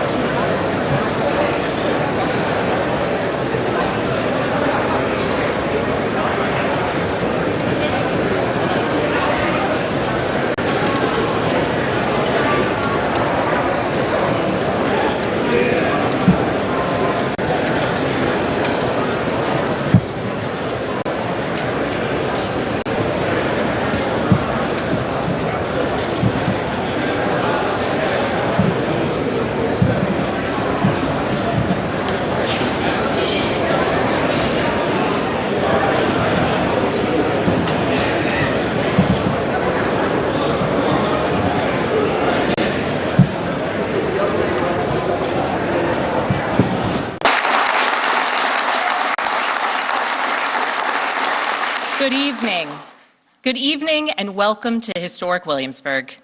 We are gathered here in the chambers of the House of Burgesses. In 1705, the people of the Virginia colony gathered here to take on the extraordinary task of governing themselves. Before there was a Declaration of Independence, a Constitution, or a Bill of Rights, there were people in this room. The people who served here ultimately dreamed of what a new nation, unlike anything the world had ever seen, could be. The United States was founded on the idea that ordinary people could reject the unacceptable excesses of poor leadership, band together to demand better of their government, and create a nation that would be an example for the world.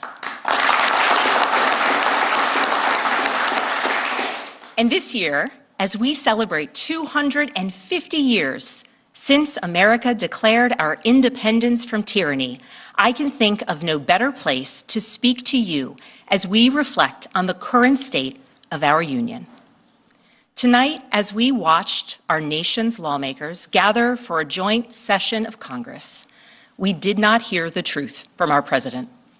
So let's speak plainly and honestly. And let me ask you, the American people watching at home, 3 questions. Is the president working to make life more affordable for you and your family? Is the president working to keep Americans safe both at home and abroad? Is the president working for you? As I campaigned for governor last year, I traveled to every corner of Virginia, and I heard the same pressing concern everywhere. Costs are too high in housing, healthcare, energy, and childcare. And I know these same conversations are being had all across this country. Because since this president took office last year, his reckless trade policies have forced American families to pay more than $1,700 each in tariff costs. Small businesses have suffered, farmers have suffered, some losing entire markets. Everyday Americans are paying the price. And even though the Supreme Court struck these tariffs down 4 days ago, the damage to us, the American people, has already been done. Meanwhile, the president is planning for new tariffs, another massive tax hike on you and your family. And Republicans in Congress, they remain unwilling to assert their constitutional authority to stop him. They're making your life harder. They're making your life more expensive. They're even making it more difficult to see a doctor. Rural health clinics in Virginia and across the country are already closing their doors thanks to the so-called One Big Beautiful Bill, championed by the president and Republicans in Congress. And tonight, the president celebrated this law, the one threatening rural hospitals, stripping health care from millions of Americans and driving up costs in energy and housing, all while cutting food programs for hungry kids. But here in Virginia, I am working with our state legislature to lower costs and make the Commonwealth more affordable. And it's not just me. Democrats across the country are laser focused on affordability in our nation's capital and in state capitals and communities across America. In the most innovative and exceptional nation in the history of the world, Americans deserve to know that their leaders are focused on addressing the problems that keep them up at night. Problems that dictate where you live, whether you can afford to start a business, or whether you have to skip a prescription in order to buy groceries. So I'll ask again, is the president working to make life more affordable for you and your family? We all know the answer is no. I grew up in a house of service. My mother was a nurse, and my father was a career law enforcement officer. I began my career by following in my father's footsteps as a federal agent, working money laundering and narcotics cases. I worked side by side with local and state police to keep our community safe and to uphold and enforce the law. Law enforcement officers across the country know that it is a unique responsibility to do the serious work of investigating crimes, comforting victims, and making arrests.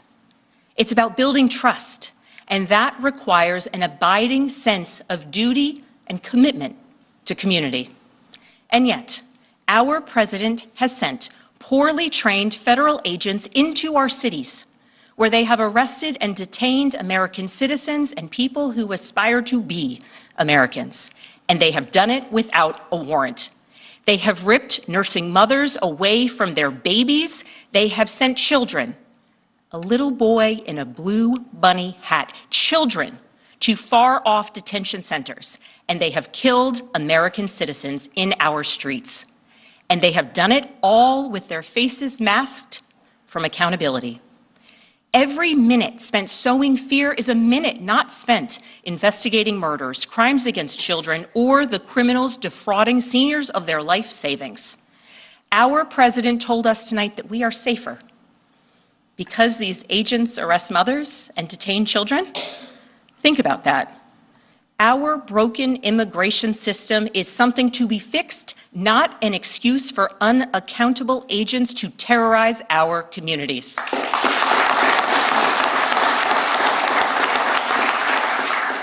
After working in law enforcement, I continued my career of service as a CIA officer, working undercover to protect the United States and our allies from global threats, terrorism, nuclear weapons, and the aggression of adversarial nations around the globe. But as the president spoke of his perceived successes tonight, he continues to cede economic power and technological strength to Russia, bow down to China, bow down to a Russian dictator, and make plans for war with Iran.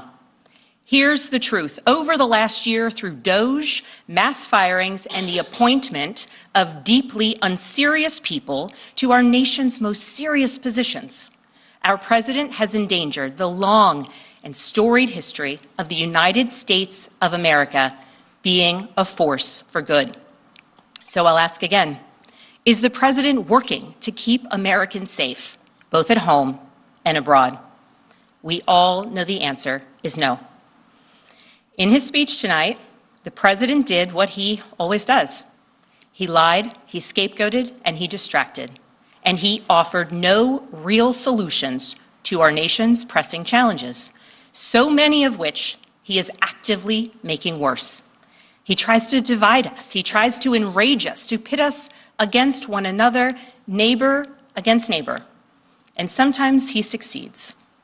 And so you have to ask, who benefits from his rhetoric, his policies, his actions, the short list of laws he's pushed through this Republican Congress? Somebody must be benefiting.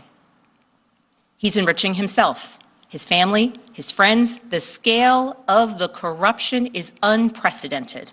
There's the cover-up of the Epstein files, the crypto scams, cozying up to foreign princes for airplanes and billionaires for ballrooms, putting his name and face on buildings all over our nation's capital. This is not what our founders envisioned, not by a long shot.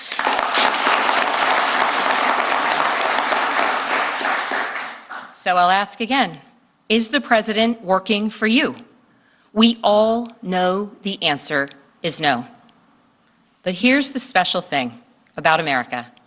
On our 250th anniversary, we know better than any nation what is possible when ordinary citizens, like those who once dreamed right here in this room, reject the unacceptable and demand more of their government.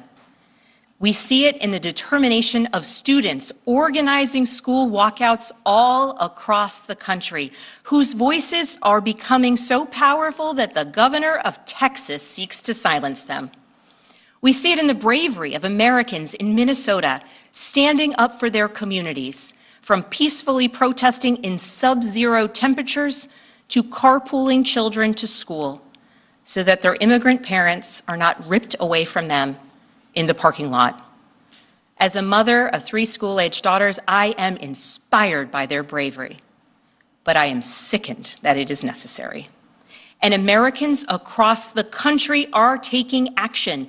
They are going to the ballot box to reject this chaos. With their votes, they are writing a new story, a more hopeful story. In November, I won my election by 15 points.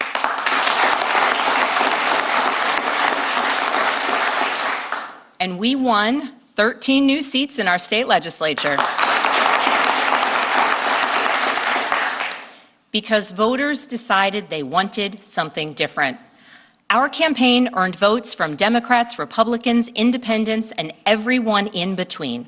Because they knew as citizens they could demand more, that they could vote for what they believe matters, and that they didn't need to be constrained by a party or political affiliation.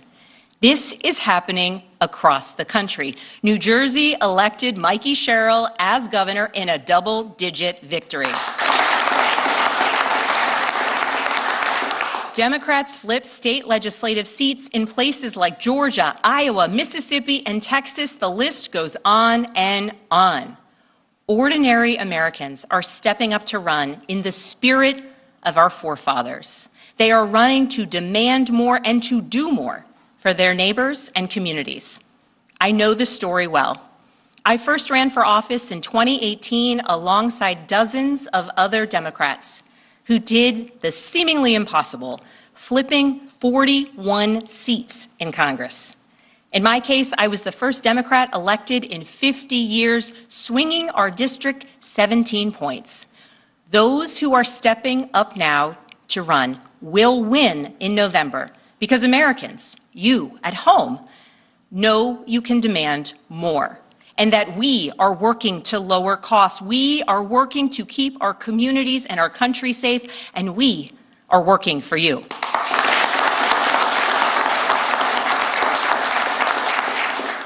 In his farewell address, George Washington warned us about the possibility of, quote, cunning, ambitious, and unprincipled men rising to power. But he also encouraged us, all Americans, to unite in a common cause, to move this nation forward. That is our charge once more, and that is what we are seeing across the country. It is deeply American and patriotic to do so, and it is how we ensure that the state of our union remains strong, not just this year, but for the next 250 years as well, because we, the people, have the power to make change, the power to stand up for what is right, the power to demand more of our nation.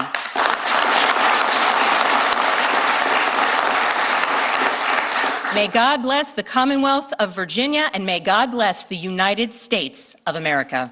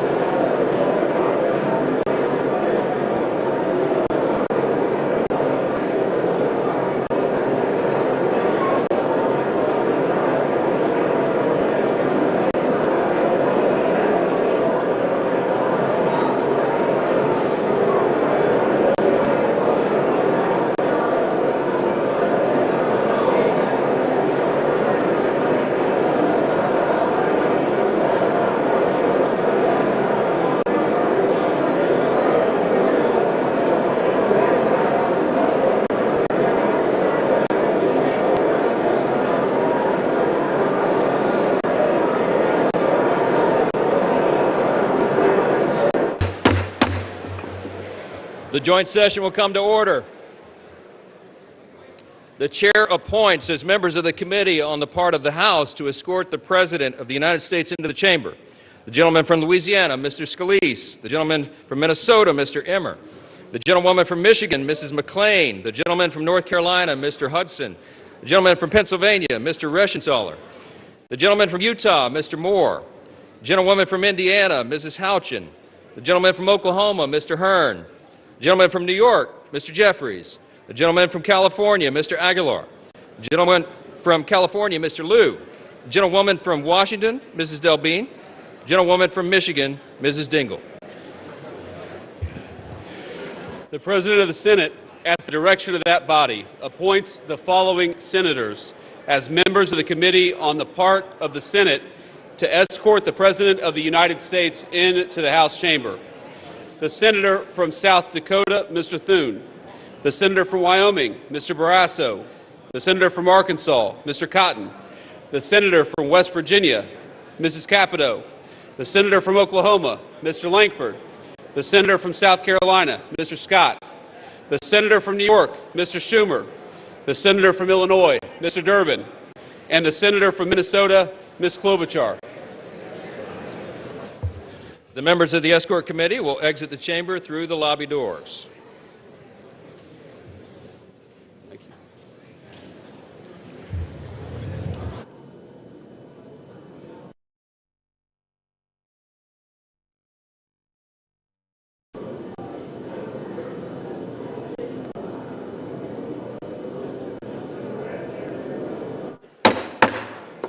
Mr. Speaker, the Acting Dean of the Diplomatic Corps.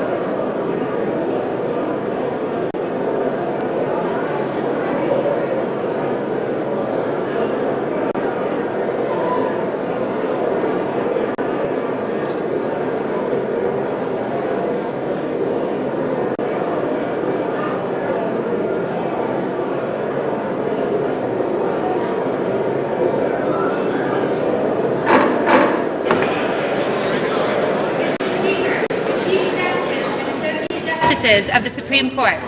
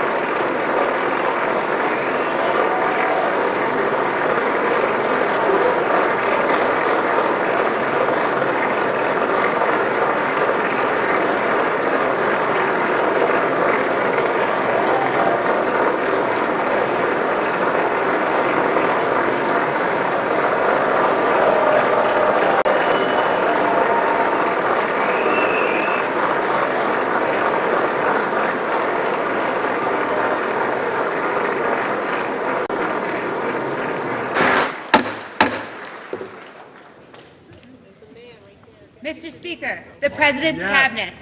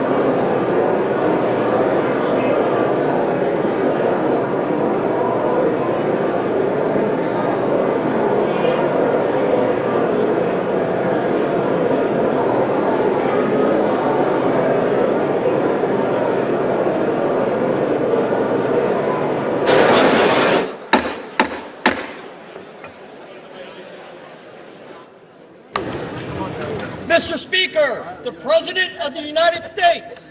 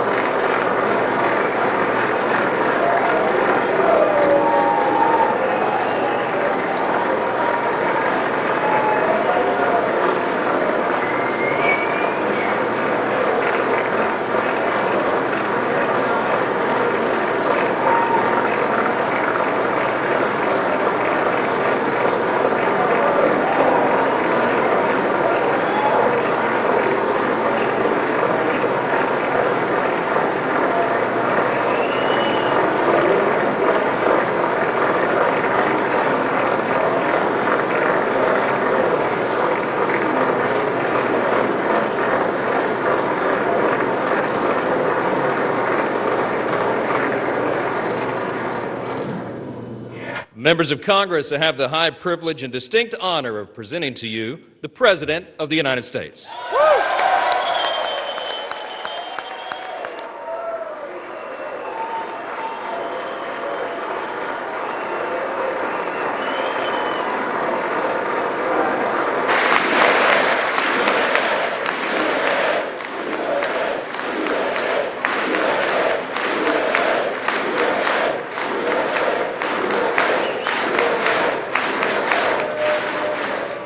Well, thank you very much, everybody. It's really an honor.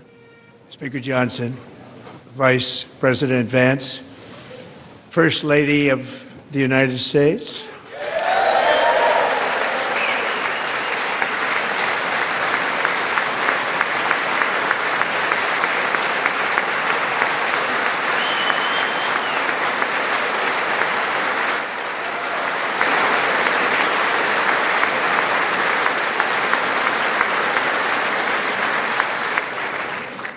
Second Lady of the United States.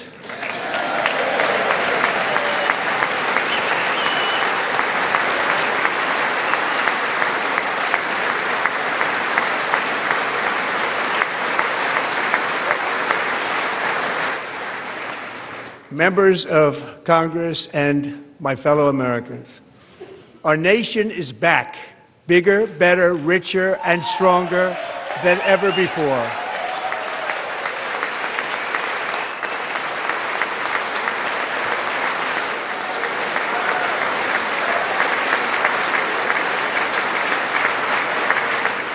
Less than 5 months from now, our country will celebrate an epic milestone in American history, the 250th anniversary of our glorious American independence. This July 4th, we will mark 2.5 centuries of liberty and triumph, progress and freedom in the most incredible and exceptional nation ever to exist on the face of the earth. And you've seen nothing yet. We're going to do better and better and better. This is the golden age of America.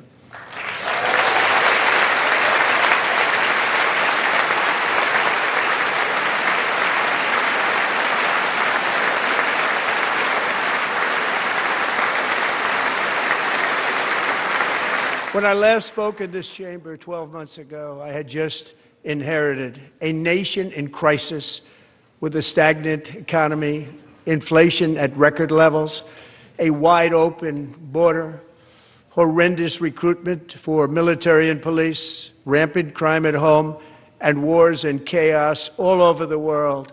But tonight, after just 1 year, I can say with dignity and pride that we have achieved a transformation like no one has ever seen before, and a turnaround for the ages. It is indeed a turnaround for the ages.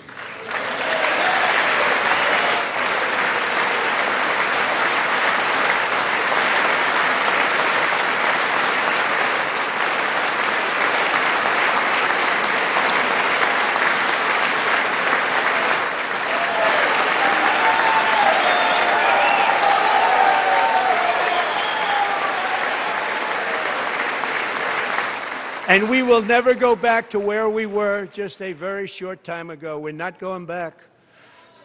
Today our border is secure.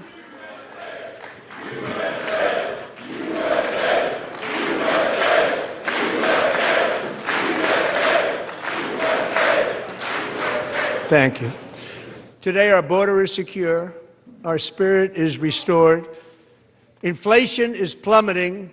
Incomes are rising fast. The roaring economy is roaring like never before, and our enemies are scared, our military and police are stacked, and America is respected again, perhaps like never before.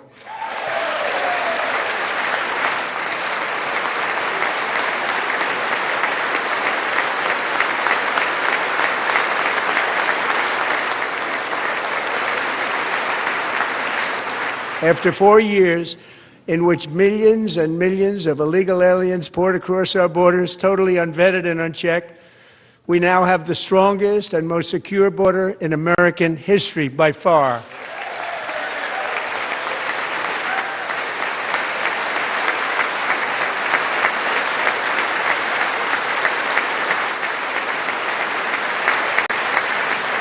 In the past 9 months, 0 illegal aliens have been admitted to the United States.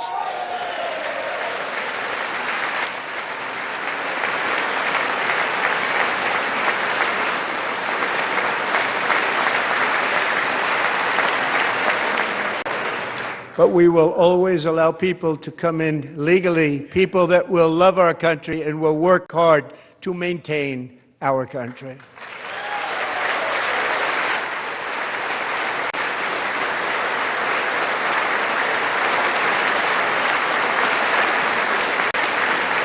The flow of deadly fentanyl across our border is down by a record 56% in 1 year.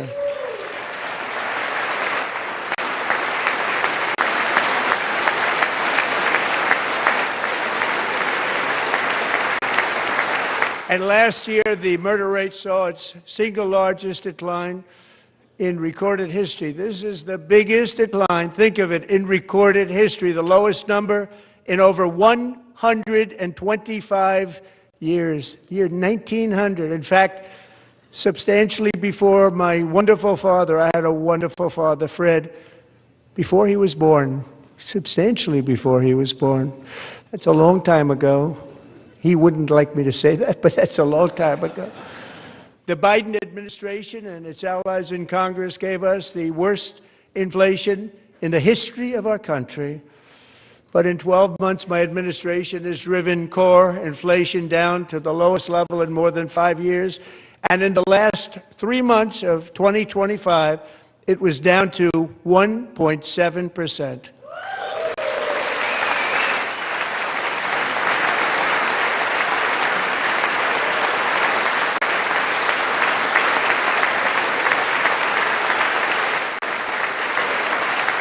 Gasoline, which reached a peak of over $6 a gallon in some states under my predecessor, it was quite honestly a disaster, is now below $2.30 a gallon in most states, and in some places $1.99 a gallon. And when I visited the great state of Iowa just a few weeks ago, I even saw $1.85 a gallon for gasoline.